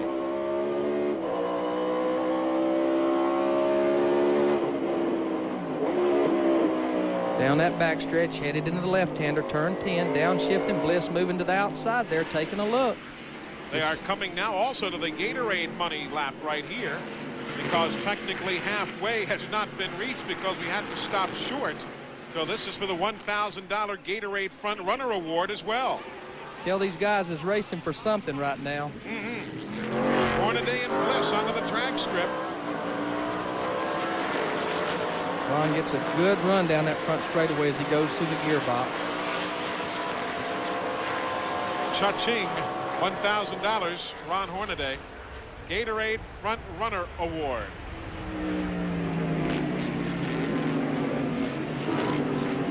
Going to be interesting to watch Dorsey Schrader as he works up the field. The 7 there. Well, here comes the 57. That's Doug George, having taken over from Brian Cunningham earlier today. Looks like he's out of brakes. Look like they are. Yeah, they're having to. They couldn't get him going and they couldn't get him stopped. Now they're going under the hood and jacking it up.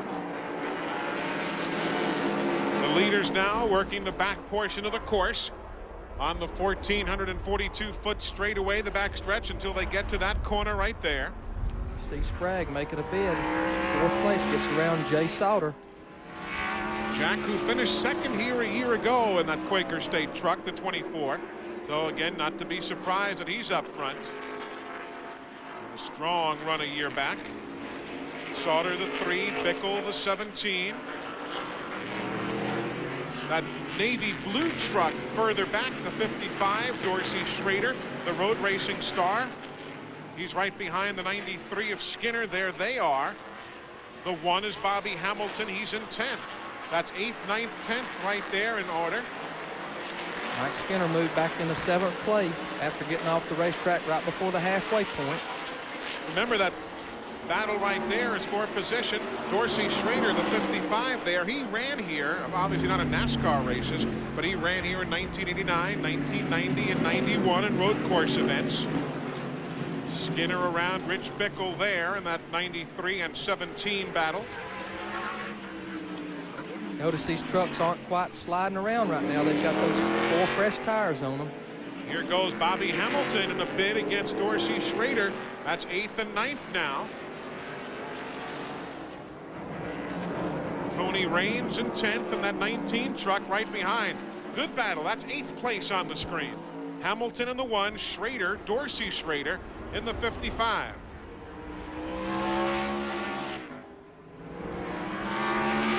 Hamilton gets the line, passes for the position. You know, here's a guy passing a noted road racer, and Dorsey Schrader, and Bobby Hamilton keeps telling you he's not a road courser. You know where Bobby Hamilton sets up his truck, that number 1 truck? He didn't go to a road course and rent it out. His buddy runs the Gallatin, Tennessee airport. And he took the truck, and yesterday's cars that they had here in the All-Pro Series Coca-Cola Shootout, they took the cars and trucks to the Gallatin, Tennessee airport. And he used the runway and the taxiways and the intersections, and he kind of made up his own road course. He had the 2-way radio hooked up to his helmet, but he wasn't talking to a crew chief. He was talking to his buddy in the control tower who said, Bobby, pull off. I got a Cessna on short final 3 miles out. He needs to land. And Bobby would pull way off into the tulips. The guy would land, and Bobby'd go out and make more laps on the Gallatin, Tennessee airport. I guess, you know, this place is pretty flat, but what about that guy in the Cessna? What do you think he was thinking when he saw this pickup truck running around? He probably thought he was landing at Sebring or something, where they also run on an airport. Of course, Bobby Hamilton, a great Winston Cup racer. How tough is it competing against a bunch of guys in a truck, guys you don't race with every week? going to be tough. I mean, these guys don't toy around. They're just as serious doing that stuff. I mean, look at Ron's streak lately, and I mean, just got a lot of good road racers in that division too that have converted over running the round track. So, you know, if we could just make the race and finish somewhere in the top 20, we'd have a pretty good day. Well, and he's having more than a pretty good day. There he is again, that dark #1, trying to pass Rich Bickle for 7th if he can get a jump on him. Turn 10 and 11. The long way around for Hamilton to turn 12. This is a tough place to pass, but he gets the line going into turn 12 there, the final corner, because you get set up to pass them and you run out of corner and it's time to turn back the other direction before you can even clear the truck. But he clears him here, headed on to the front straightaway. Somewhere Robbie Loomis is smiling right now. The crew chief for Bobby Hamilton on the NASCAR Winston Cup Series. They're going to Watkins Glen soon for the Bud at the Glen, and Bobby's getting road course laps under his belt here, different track, but he's got to be building his confidence level. Well, even if they're not learning anything that they can apply to the Winston Cup car, that's exactly right. Bobby's just getting that confidence. Hey, I am a road racer. I can run these road courses. Ron Hornaday is the leader. Mike Bliss is second. Rick Crawford third. Jack Sprague is fourth. Mike Skinner is fifth. Jay Sauter is sixth. There we are back up front as Bliss is staying right with Hornaday. Staying right with them. They are putting some distance on the third place truck here. Looks like Ron gets off the corner a little bit better than Mike right there and gets a run up that straightaway. On pit road, Doug George has just taken the Brian Cunningham truck behind the wall. If you're keeping tabs on that machine, they were in 24th spot as we ride with Mike Bliss. And Glenn, I know you can't see much of the track from pit road. Trust me, Mike's doing a heck of a job. Oh, he is, and I tell you what, he's doing a great job considering how much conversation is going on between he and crew chief Barry Dodson right now. We got a spin out on the course, but they're saying now that they feel like they can make it if they can get a caution. If this turns out to be a full course caution, then they're pretty certain they can make it all the way on fuel. Well, both trucks have pulled away. That's Dave Rezendes in the 35. You saw Lou Gelati in the 83, that white truck just ahead of him there going beneath the Featherlight Bridge. So both machines continue away at lap number 45, but that man is the winner at Sears Point a year ago. And let's see how much we can see from this view. Well, they'd already gone together and spun. Gelati on the right. Look at Tolsma coming right down the middle, splitting the opening. On the grass at that. Yeah. Close quarters racing, lap number 45 as Rezendes with that spin is back to 22nd spot now. Gelati just ahead of him in 21st. You see him lock up the tires? Did you see right there? And actually what he did, he carried the tire. And what that means, the truck has leaned over so much and he was on the brakes that the tire was actually off the ground. We've seen a lot of pictures taken at Sears Point, Watkins Glen, where you could actually see daylight in the racetrack underneath the tire. That's called carrying the tire through the corners. Up front, still a great battle for a lead there as Bliss tries and tries. Hard braking by Hornaday. That was the smoke you saw. He's not ready to relinquish the lead right here. But watch Hornaday here on the straightaway. It spreads. Really gets a run up off the corner. Bliss runs in and getting in the corner, but he really gets a run up off that corner. Could be two things. He's got a little bit lower gear, maybe a little better low-end horsepower, or his truck's just getting a better bite up off the corner. 46 laps of 81 complete. We're live in the heartland of America. Heartland Park, Topeka, Kansas. We're coming right at you. Yeah, that's Dave Rezendes. He had problems again. There he is walking back to the pits. Last time by, we brought out a full course caution. Lou Gelati. Bango. Got in there hard, got into the back of Rezendes. Rezendes come around. Gelati continues on. Now, I think Rezendes got it fired there. There you see the motor firing, but I think as he was trying to back it up, he possibly stripped the gears in the transmission, and that's where it ended up staying right there till he pushed it out of the way. They are going to bring Lou Gelati to the pit lane for a penalty of an undetermined length of time. We should say that when Rezendes got out of the truck, he waited for Gelati to come by and waved the menacing finger at him. Never did try and stop or reach in or anything like that. The trucks were still going. But Dave Resendiz made it perfectly clear to everyone that he was not pleased with Lou Gelati. Gelati is one of the road racers who is here this weekend. As a matter of fact, he's been running a number of races over the course of the weekend here. He drives the SCCA World Challenge Mustangs, among other vehicles. There he is. And Gelati is going to be coming to the pit lane, and he'll be held up for a penalty from NASCAR. We're getting ready to go back to green. A lot of teams electing to make their pit stops. Hornaday, you see, is in. Crawford is the leader, and the green flag is coming out this time by. They kind of waited to the last minute here to top these trucks off. Again, they just needed a little bit of fuel, but there we go back to racing with Rick Crawford taking the lead. Jay Sauter running second now after this caution. So Hornaday will lead from lap 24 to 47. Crawford at lap number 48. Meanwhile, we are back to work, and Glenn, you have caught up with what I'm sure is a somewhat displeased Dave Resendiz. Yeah, he's not too happy about things. And Dave, what happened? When did all that start? Well, you know, we had to stop twice for gas. We stopped early. We thought we had plenty, but evidently we're not getting the kind of mileage we thought we did.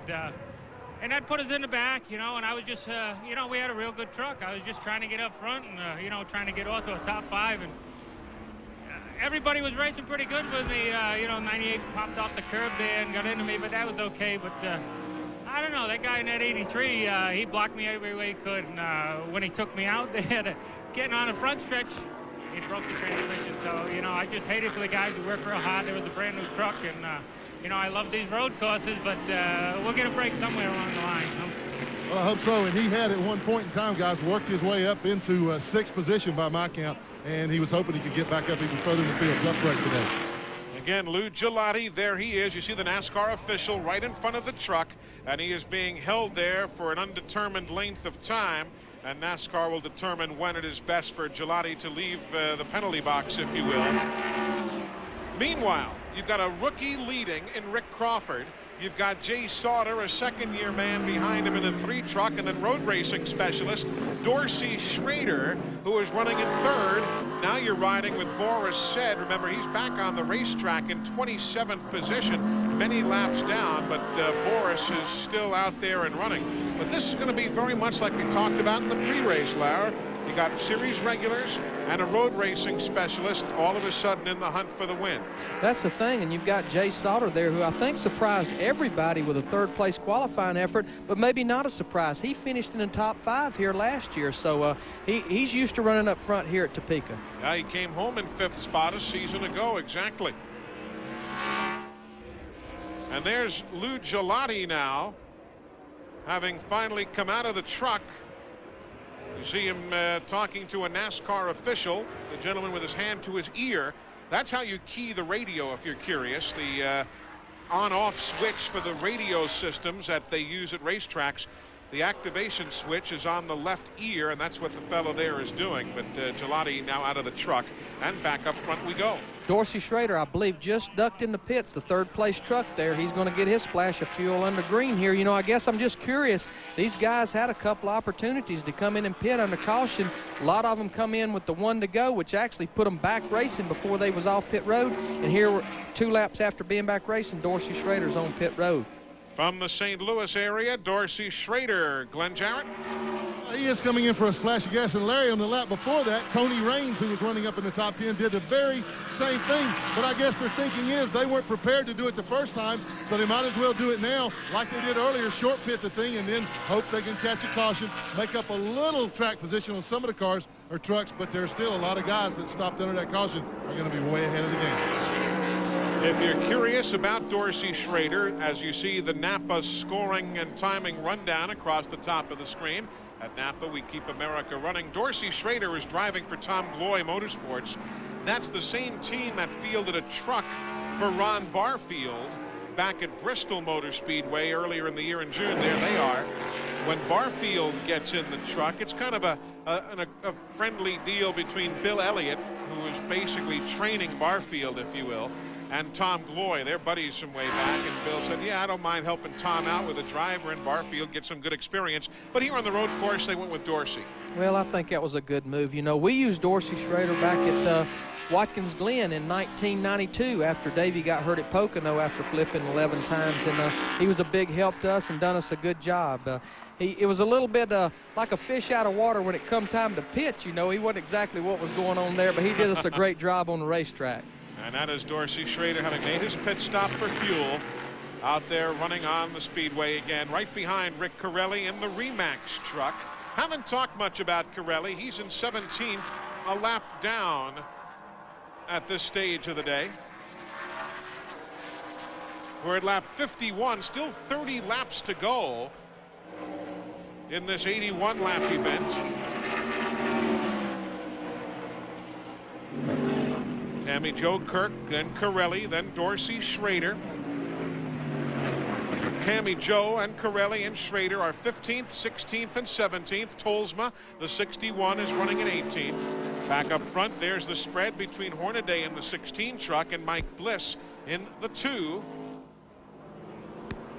Just remember, these was 2 of the trucks that did pit for fuel when they got the 1 to go. Stacy Compton, the 4th place truck there. The top 4 trucks, by my calculations, are the 4 that have not pitted for fuel. All right, Crawford, Sauter, Bob Keselowski, and Stacy Compton. 3rd truck in your picture on the right, that's Boris Said. He is many laps down after a stay behind the wall. There's Boris. Riding with him now and gives us a good view of the trucks battling for the lead ahead of him. This has got to make him feel good right here. I know he's 4 laps down. He pretty much is out of contention for the win, but to show that he can run up front, he showed it in the first part of the race before problems. It's just a shame because I know he had high hopes that maybe that first truck win would come here today at Topeka. We are live at Heartland Park, Topeka. You see 24th place, 65 Robe, it says. If you're joining us along the way, that is Mark Robe, the dirt tracker, who took over for Rob Morgan, who was overcome by heat earlier in the day. Doug George also having come in 57, replacing Brian Cunningham, who also was overcome by heat. He's been bothered by a bit of a flu bug this weekend. So those driver changes: Doug George in the 57 truck, Mark Robe in the 65. There's the birthday boy, Rick Crawford, celebrating here this weekend and a birthday yesterday. Eli, we've talked a lot about the heat and the drivers having to be replaced with substitute drivers. You know, it is hot here. We've talked about that several times. But there's some other things that contribute to this. Here at a road course, and there the hood is blown up on Butch Miller's truck. Butch certainly having a rough weekend. This is a backup truck. He crashed yesterday morning before qualifying and had to use a provisional to start the race, and his troubles continue as the hood is up, and he's going to have to come in and either take it off or try to fasten it back down. That is the Walker Evans owned truck. Actually, he's making pretty good time for the fact he can't see. He's peeping through that little bitty hole underneath the windshield there. He had just made a pit stop. He is in 32nd because he had made his pit stop at lap number 52. As a crew chief, there's 2 of the most embarrassing things that can happen to you. One's the hood blowing up or the tires flying off without the lug nuts being tight. Yeah, we've seen that happen over the years with a number of teams. Butch Miller. He ran here in '85 in the American Speed Association, the ASA race, finished 8th after starting 10th. He started 5th here a year ago, but finished 19th because of problems. And like you say, this is one of those weekends he just shouldn't have even gotten out of bed. Jay Sauter, the black truck right there, having been bypassed by Boris Said, but Jay is still in 2nd. Boris still many laps down. What are they saying about Sauter's run? They got to be tickled, Glenn. Oh, they are, and I'm going to ask Will Lynn. He told me he didn't think he could make it. They had the chance to pit. He's got a little bit of a gambler's grin on his face. Why didn't you come in and take advantage of that? I've been working with a bunch of gamblers for a long time here, so I think we probably had a 5th or 6th place truck if we'd have stayed out. And it's going to be close. Going to go for it. I like that. Not at all afraid to roll the dice. That's unusual for these guys, but like he says, this way they might have a chance to win. Otherwise, they do not. And that was Will Lind, who is the crew chief there for that number 3 bunch, the team manager. They work at a shop not far from where you are up there in Welcome, North Carolina, Larry McReynolds, part of that Richard Childress complex. What have they had to do here? We've been stopping under green for fuel. We haven't had competition yellows for much of this season in NASCAR Craftsman Truck Series racing.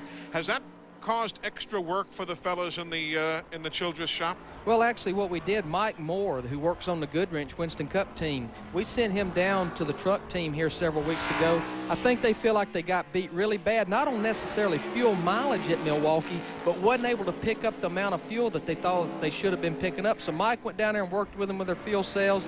Again, NASCAR regulates how much fuel our cells can hold, and it's roughly 22 gallons.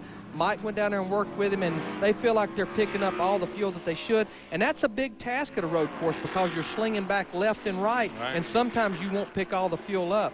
So unlike an oval, it becomes even a harder task at the road courses. How about that battle? 7th, 8th, and 9th. You're watching Jack Sprague in the 24, the green and white truck. Rich Bickle in the 17. That's Mike Skinner right there on your screen. 7th, 8th, and 9th with Joe Ruttman back in the picture in 10th. And old Jack's still smoking those brakes for all they're worth. He's still getting everything he can get down in the corners. Rich Bickle and Mike Skinner puts a lot of pressure on him. You know, right now Sauter's running in second. He has about a 12-second lead on Mike Bliss. Again, Mike is one of the first trucks that's running 4th right now that has pitted for fuel. So, you know, he's going to have to think about maybe if they don't think they can make it conserving a little bit of fuel, and that's hard to do at a road course. A lot of strategy to play out. We're at lap number 55 of 81. The mid-stages of the Lund Look 275, and it's all live on TNN. It's just that powder blue truck number 14. That is Rick Crawford. He is about to put Boris Said yet another lap down. Crawford is the race leader. Took over at lap 48. We're now at lap 56. Of course, the pit stop sequencing handed the lead to Crawford, although he's been in the top 5 all day. The black truck, the Goodwrench colors, Jay Sauter, he is running 2nd. Bob Keselowski is 3rd. Hornaday 4th. Sprague is 5th. Bickle is 6th. Skinner is 7th. Where in the world is Mike Bliss? Well, Mike Bliss has had a bad lap. There he is, now running in 9th position. And he had some problems. Let's look at it first from Ron Hornaday's view. Going off into turn 8, what they call the gator pit there. He gets off the racetrack. Hornaday just kind of followed him off there. Now, riding with Bliss himself, here's another problem. Downshifts, getting into the corner there. Just looked like the truck wanted to tail in with him right there. Maybe something broke, and I think we are getting maybe a report that something had broke on the truck. Glenn, have you talked to Barry Dodson? What is he saying? Yeah, good. We'll ask him right now, and he's talking with Mike. He told me that when he ran off the course there, he thought that he had broken something. He's talking with him right now. We'll see if we can find out exactly what it is. They think it might be the sway bar. Barry, you got any idea what it broke? I don't know. Either a shock or the rear sway bar. It said all he did was run off the track and run back on, you know. I don't know. If we get a caution, we'll try to fix it. It was perfect till then, so I don't know. Well, that puts the fuel mileage question out the window anyway, but they did have an awfully good truck. They're a little bit disappointed down here, and rightfully so. So, tough break for Mike Bliss. Meanwhile, the combination of Rick Crawford and crew chief Roland Walonica right now on top of the world as they are leading with that truck in 2nd. That's Jay Sauter.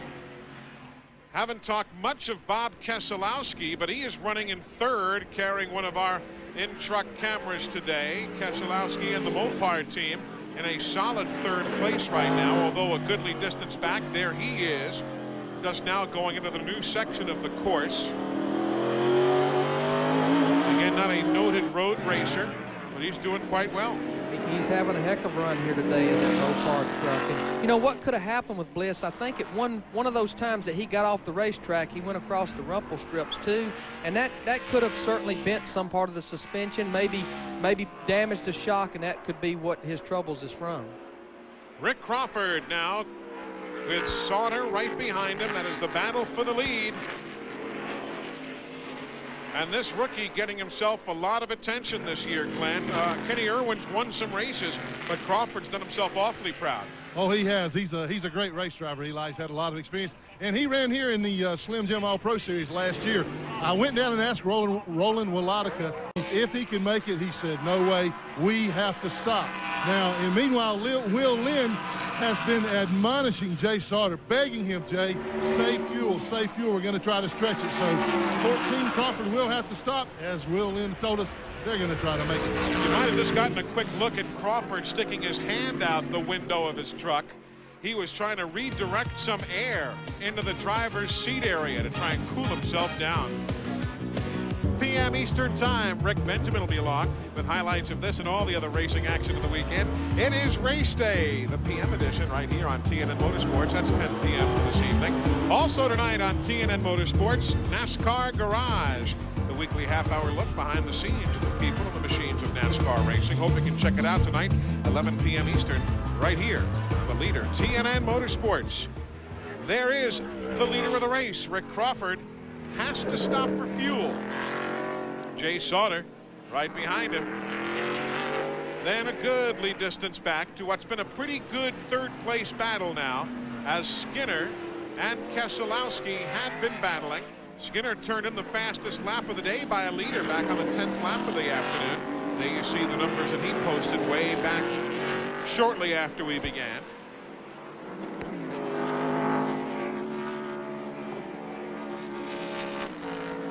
Middle to late stages of the event. We saw Doug George's truck smoking before, and Rich Bickle also left. He's running in the 8th position here in the new part of the racetrack. He goes off in the left-hander there. He locked that left front up, just locked it up and slid the tire a little bit, just trying to get all he can, getting down in the corner to make as much time around this racetrack as he can. Running it down for you, Rick Crawford, the leader, Jay Sauter in second. You're riding with the third-place man, Bob Keselowski, looking back to Hornaday in fourth. Jack Sprague in the green truck right there in fifth. You've got Skinner in sixth, Joe Ruttman in seventh. You know, I got to comment again. There's Sprague still bubbling the smoke off of those brakes, but who are we to say? It's obviously working for the man. He's a strong fifth. He's not losing ground by doing it, you know, and I'll say in the last 5 to 10 laps, Sauter and Crawford, they're still enjoying about a 12 to 13 second lead on those cars, on those trucks. There is Sprague running in fifth, Skinner right there in sixth. Taking you further back, you've got Ruttman in seventh, Rich Bickle eighth, Tony Raines is ninth. And how about Terry Cook? We haven't talked much about Terry, but he started back in 30th position and has worked himself up towards the front.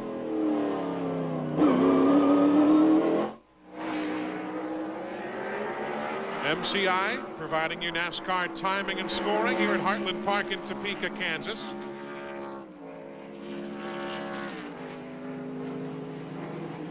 There's Joe Ruttman.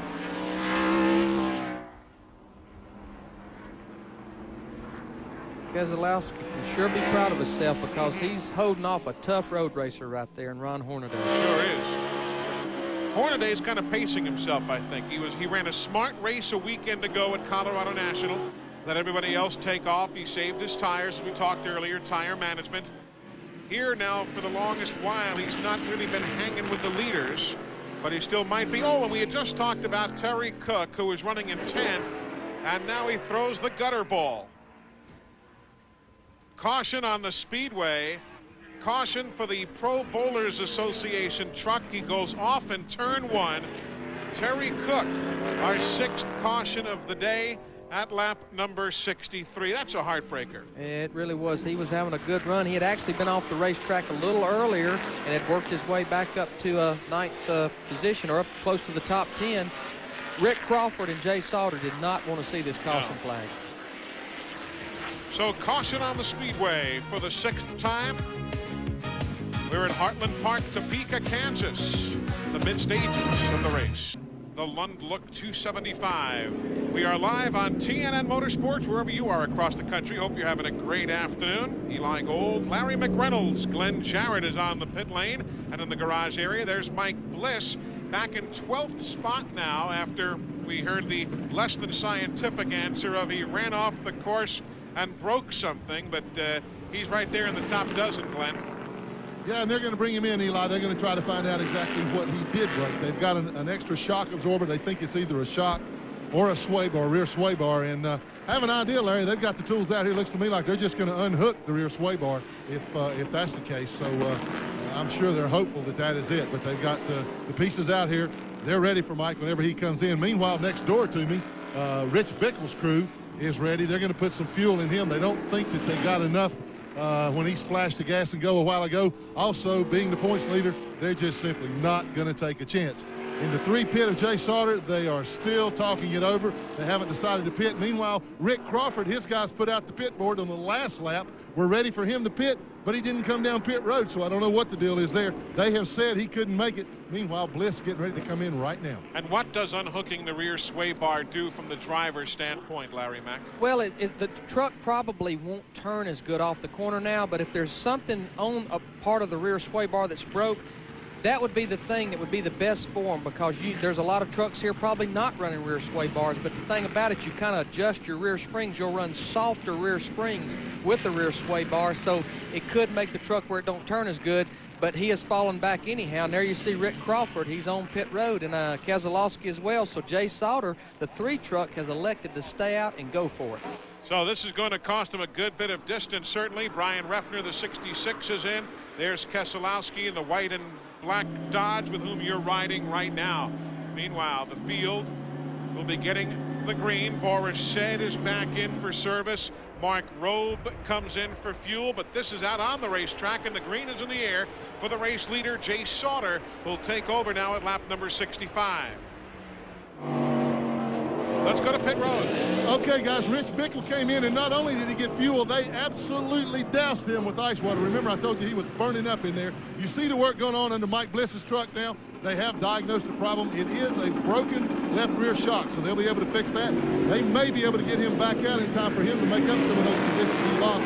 Because they replace that shock, he's good to go. It's a minute and a half or so to run this course, so you may not even lose a lap. They could, if they've got the tools laid out, got extra nuts and shock bushings and things, and everything just goes just right. You don't drop the nut, which sometimes hard to do when you're in a hurry. They could get it changed and get back out there. There's Randy Tolsma. He had a good run going, but now finds himself spun off the course, and that's too bad. He was in 13th position, was the Idaho native. But this is the battle for the lead. Jay Sauter. He was a 5th place finisher here a year ago against road racing ace Ron Hornaday, who wants his 4th victory in succession.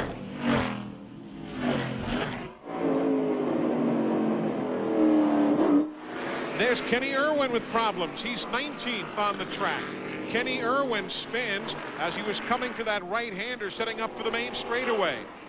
Kenny Irwin from Homestead and Texas, where he won, to off the course in Kansas.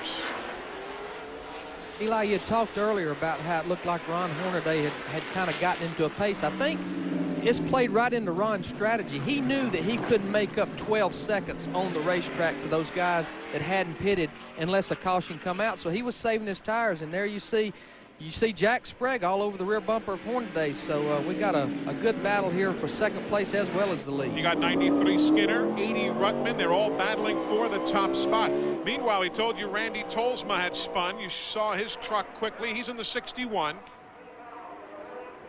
Through the right-hander there. It looked like maybe somebody got off the racetrack in front of him, and he just kind of drove the corner there and almost saved it.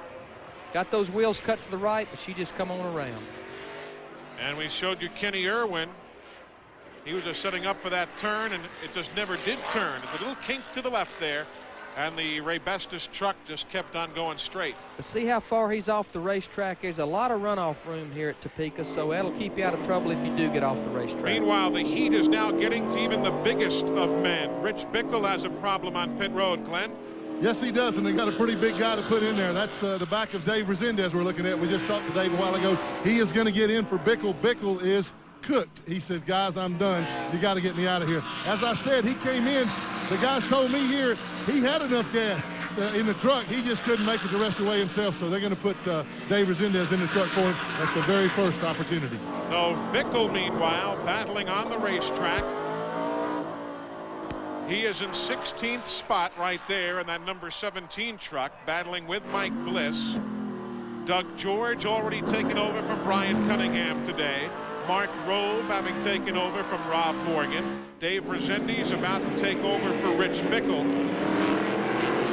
Eli, we started talking about this a little bit earlier. Again, we've mentioned many times how hot it is here, and I was going to tell you, on a road course, even though there is a couple long straightaway, you just don't get a lot of air into the truck. And in these 9-to-1 motors, they just burn hotter anyhow, have that raw fuel burning exhaust. And one thing we also hadn't talked about is the Jericho transmission with all the shifting generates a lot of heat, and that's right there to the right-hand side of that driver. So you throw all those things together along with the weather, that's the reason these guys are having a tough time here today. And you'll talk to different drivers, but most will tell you they're shifting 11 or 12 times per lap, some even a couple of times more. Mike Skinner, the 93, he's in 4th. The leader is 3 Sauter, 16 Hornaday, 24 Sprague. They are all tied together, and so is the 1 truck right behind the 80 of Ruttman. There's the 1, that's Bobby Hamilton. He's in position. Those 7 are all tied together going for the top 7 spots. Then you've got some lap trucks before you get back to Jimmy Hensley in 8th. And Mike Wallace having a good run today. Haven't talked much about Mikey. He is running in the 9th spot. Tammy Joe Kirk, who started 26th, is now running in 10th. And you remember Tammy Joe made an unscheduled pit stop back at lap number 3, and then has just been thrashing through the day, stopped at lap number 17, but she is now running in the top 10, swapping that spot around with Rick Corelli. So some good showings here today in the first of 3 road course events for the series in '97. Jay Sauter actually putting a little distance on these trucks right here. Again, the question is, can he run 13 more laps on the fuel load that he has, and will his truck stay under him for those 13 laps? We'll all find out. For those of you who are tuning in for the scheduled showing of Shade Tree Mechanic, the coverage of the Lund Look 275 going a bit long today, so Shade Tree Mechanic will not be seen this afternoon. For those of you tuning in for that, we apologize, but we invite you to put the clicker down and stick around with us here for the finish of the NASCAR Craftsman Truck Series race from Heartland Park in Topeka, Kansas. Back to pit road, Glenn Jarrett. Well, we're talking about Jay Sauter, and Will Lynn is literally begging him to slow down, save fuel. They told him it doesn't matter how fast you go, we've got to save fuel to finish. But Larry, if you're a race driver, you're looking in the mirror, you got Hornaday and Sprague and Skinner and Dorsey Schrader and Joe Ruttman right up behind you. Man, it's hard to slow down. It really is. And you know, really the only thing that Jay can do to conserve fuel is just maybe back off a little earlier getting in the corner, get back to the gas a little later. In other words, keep the butterflies on that carburetor closed as much as possible. But when you got a man named Hornaday plus the rest of those guys in your rear view mirror, it's hard to stay off the gas. And of course yourself sometimes, though, as we are now just 12 laps from the finish. The Lund Look 275 down to its finishing laps. Back to Kansas in a moment. TNN's Motorsports and Motor Madness Busch Grand National North Series racing from Barry, Vermont.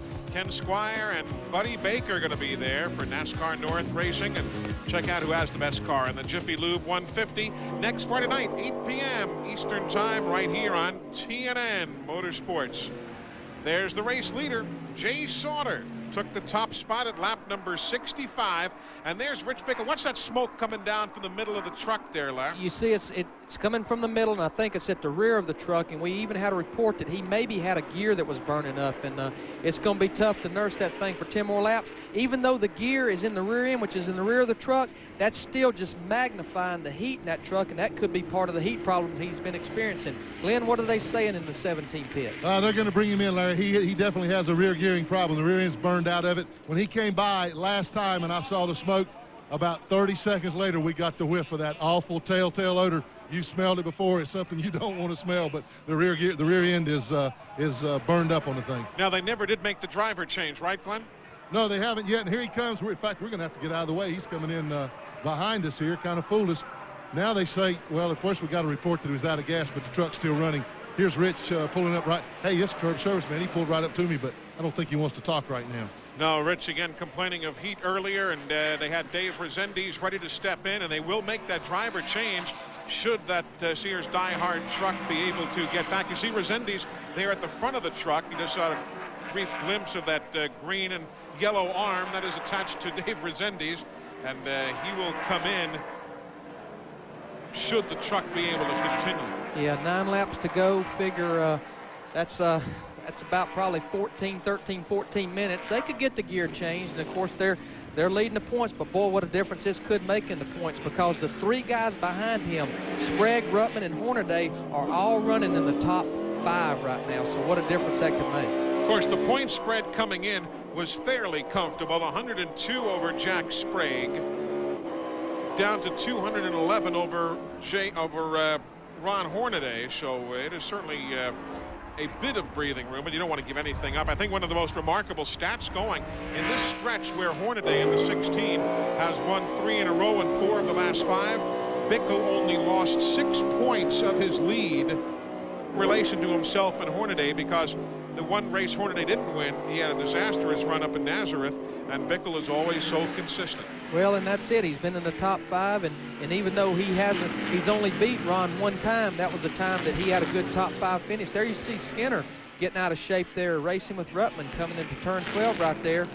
Ruttman takes the position away from Mike. Mike not ready to give it up. Dorsey Schrader moving to the inside of Skinner. And Dorsey is for position right there also. He's on the lead lap, moving up into the 6th spot.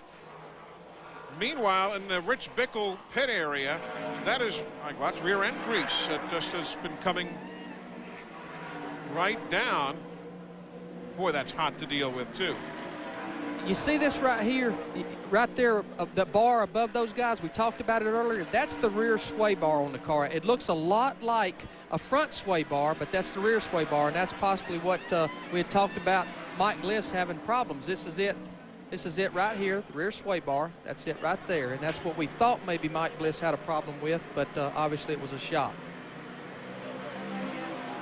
Meanwhile, Jimmy Hensley on the racetrack. Haven't talked much of him lately. He started 31st, and Jimmy is now running in the 8th spot, the pride of Horse Pasture, Virginia, which is just outside of Martinsville. Great battle there. Schrader in the 55, Dorsey Schrader that is, and Mike Skinner in the 93. Up front, Jay Sauter still showing the way, and he's got himself a fairly comfortable edge at this stage of the afternoon, within shouting distance at the finish. Finishes this year, he has won at New Hampshire International Speedway. 2nd place Hornaday. This is 3rd place Jack Sprague in the 24. Joe Ruttman in the 80. The red truck, that's Skinner in the 93, but let's stay with this one for a moment. Sprague and Ruttman. Joe was our pole sitter today, started on the Busch pole.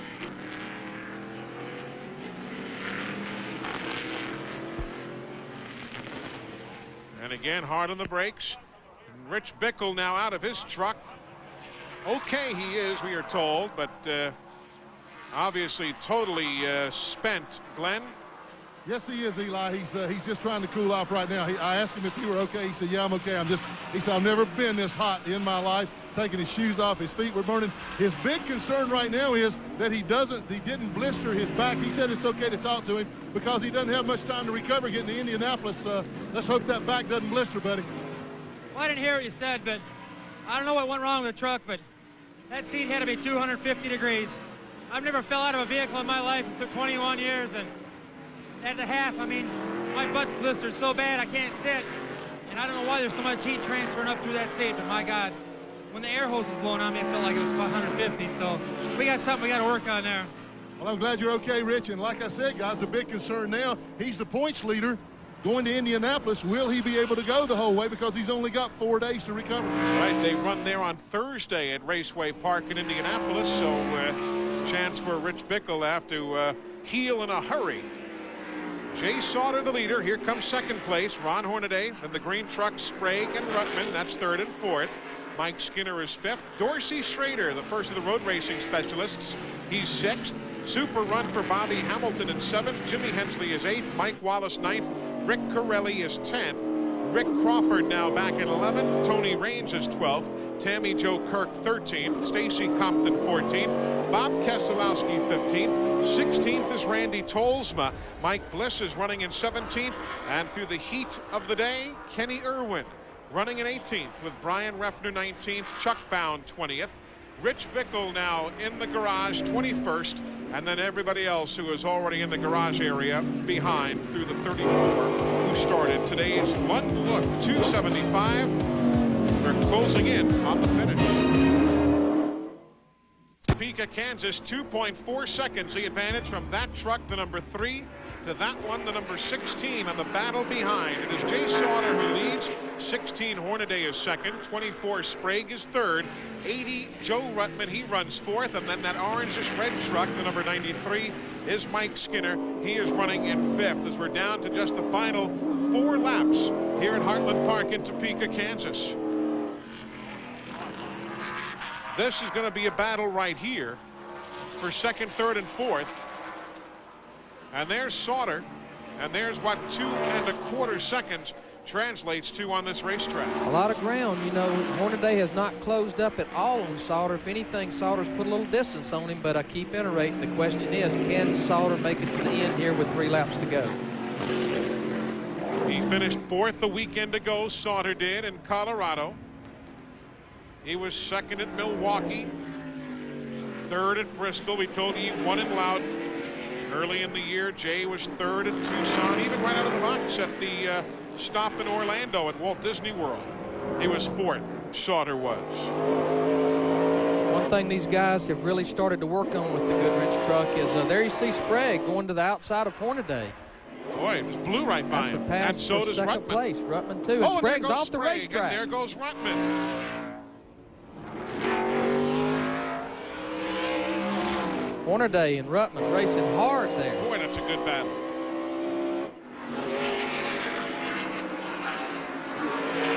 Don't know exactly what happened. It's just like maybe Sprague actually caught Hornaday asleep a little bit there, and then Ruttman just followed.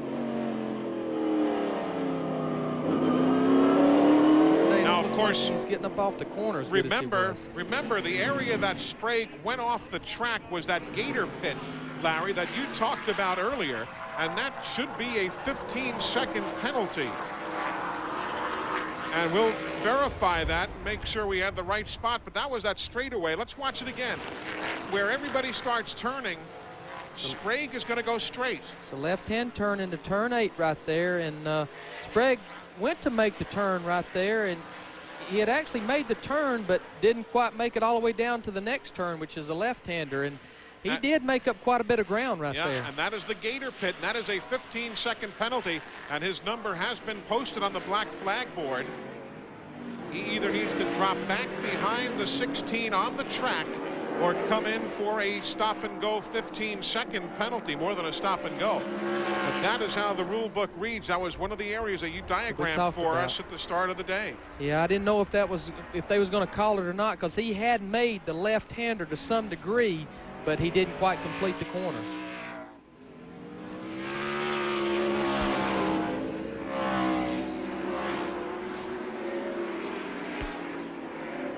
And right here, of course, if they have posted him, that would put Joe Ruttman in 2nd place, and he's having to contend with Jack Sprague. Meanwhile, Jay Sauter's just continue to pull away.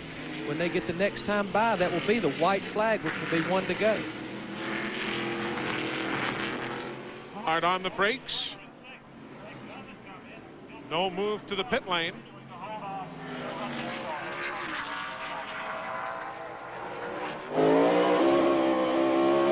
Now back onto the drag strip. The front 2. Sauter, Sprague, Ruttman, Hornaday. Again, Sprague's situation yet to be clarified as he went straight from turn 7 to turn 9. Jay got about 9 more corners, just needs to be smooth here. There you see Ruttman moving to the inside. Sprague shuts the door as they come out of the right-hander there. This again is the new part of the racetrack. NASCAR has just confirmed on the radio that they will, because we only have a lap to go, they will assess a 15-second penalty to the 24 truck at the end of the event. So wherever Jack Sprague comes across the line, they will then move him back 15 seconds, and he may only lose a couple or 3 positions as spread out as some of these spots are right now. But that means now Sauter's out of fuel. Sauter is out of fuel. Sauter is out of fuel, the race leader. Sauter is out of fuel, and that means Ruttman is now the leader. Remember, Sprague is going to get a penalty, so the 80 truck is now the leader. There he is, Joe Ruttman. Eli, he come up about 3 or 4 corners short. Here they come back to the straightaway, and there is Jay Sauter in sight of his second victory. Will Lind can't believe it, the team manager. They rolled the bones. It came up snake eyes. Joe Ruttman coming to the stripe from wire to wire. Checkered flag.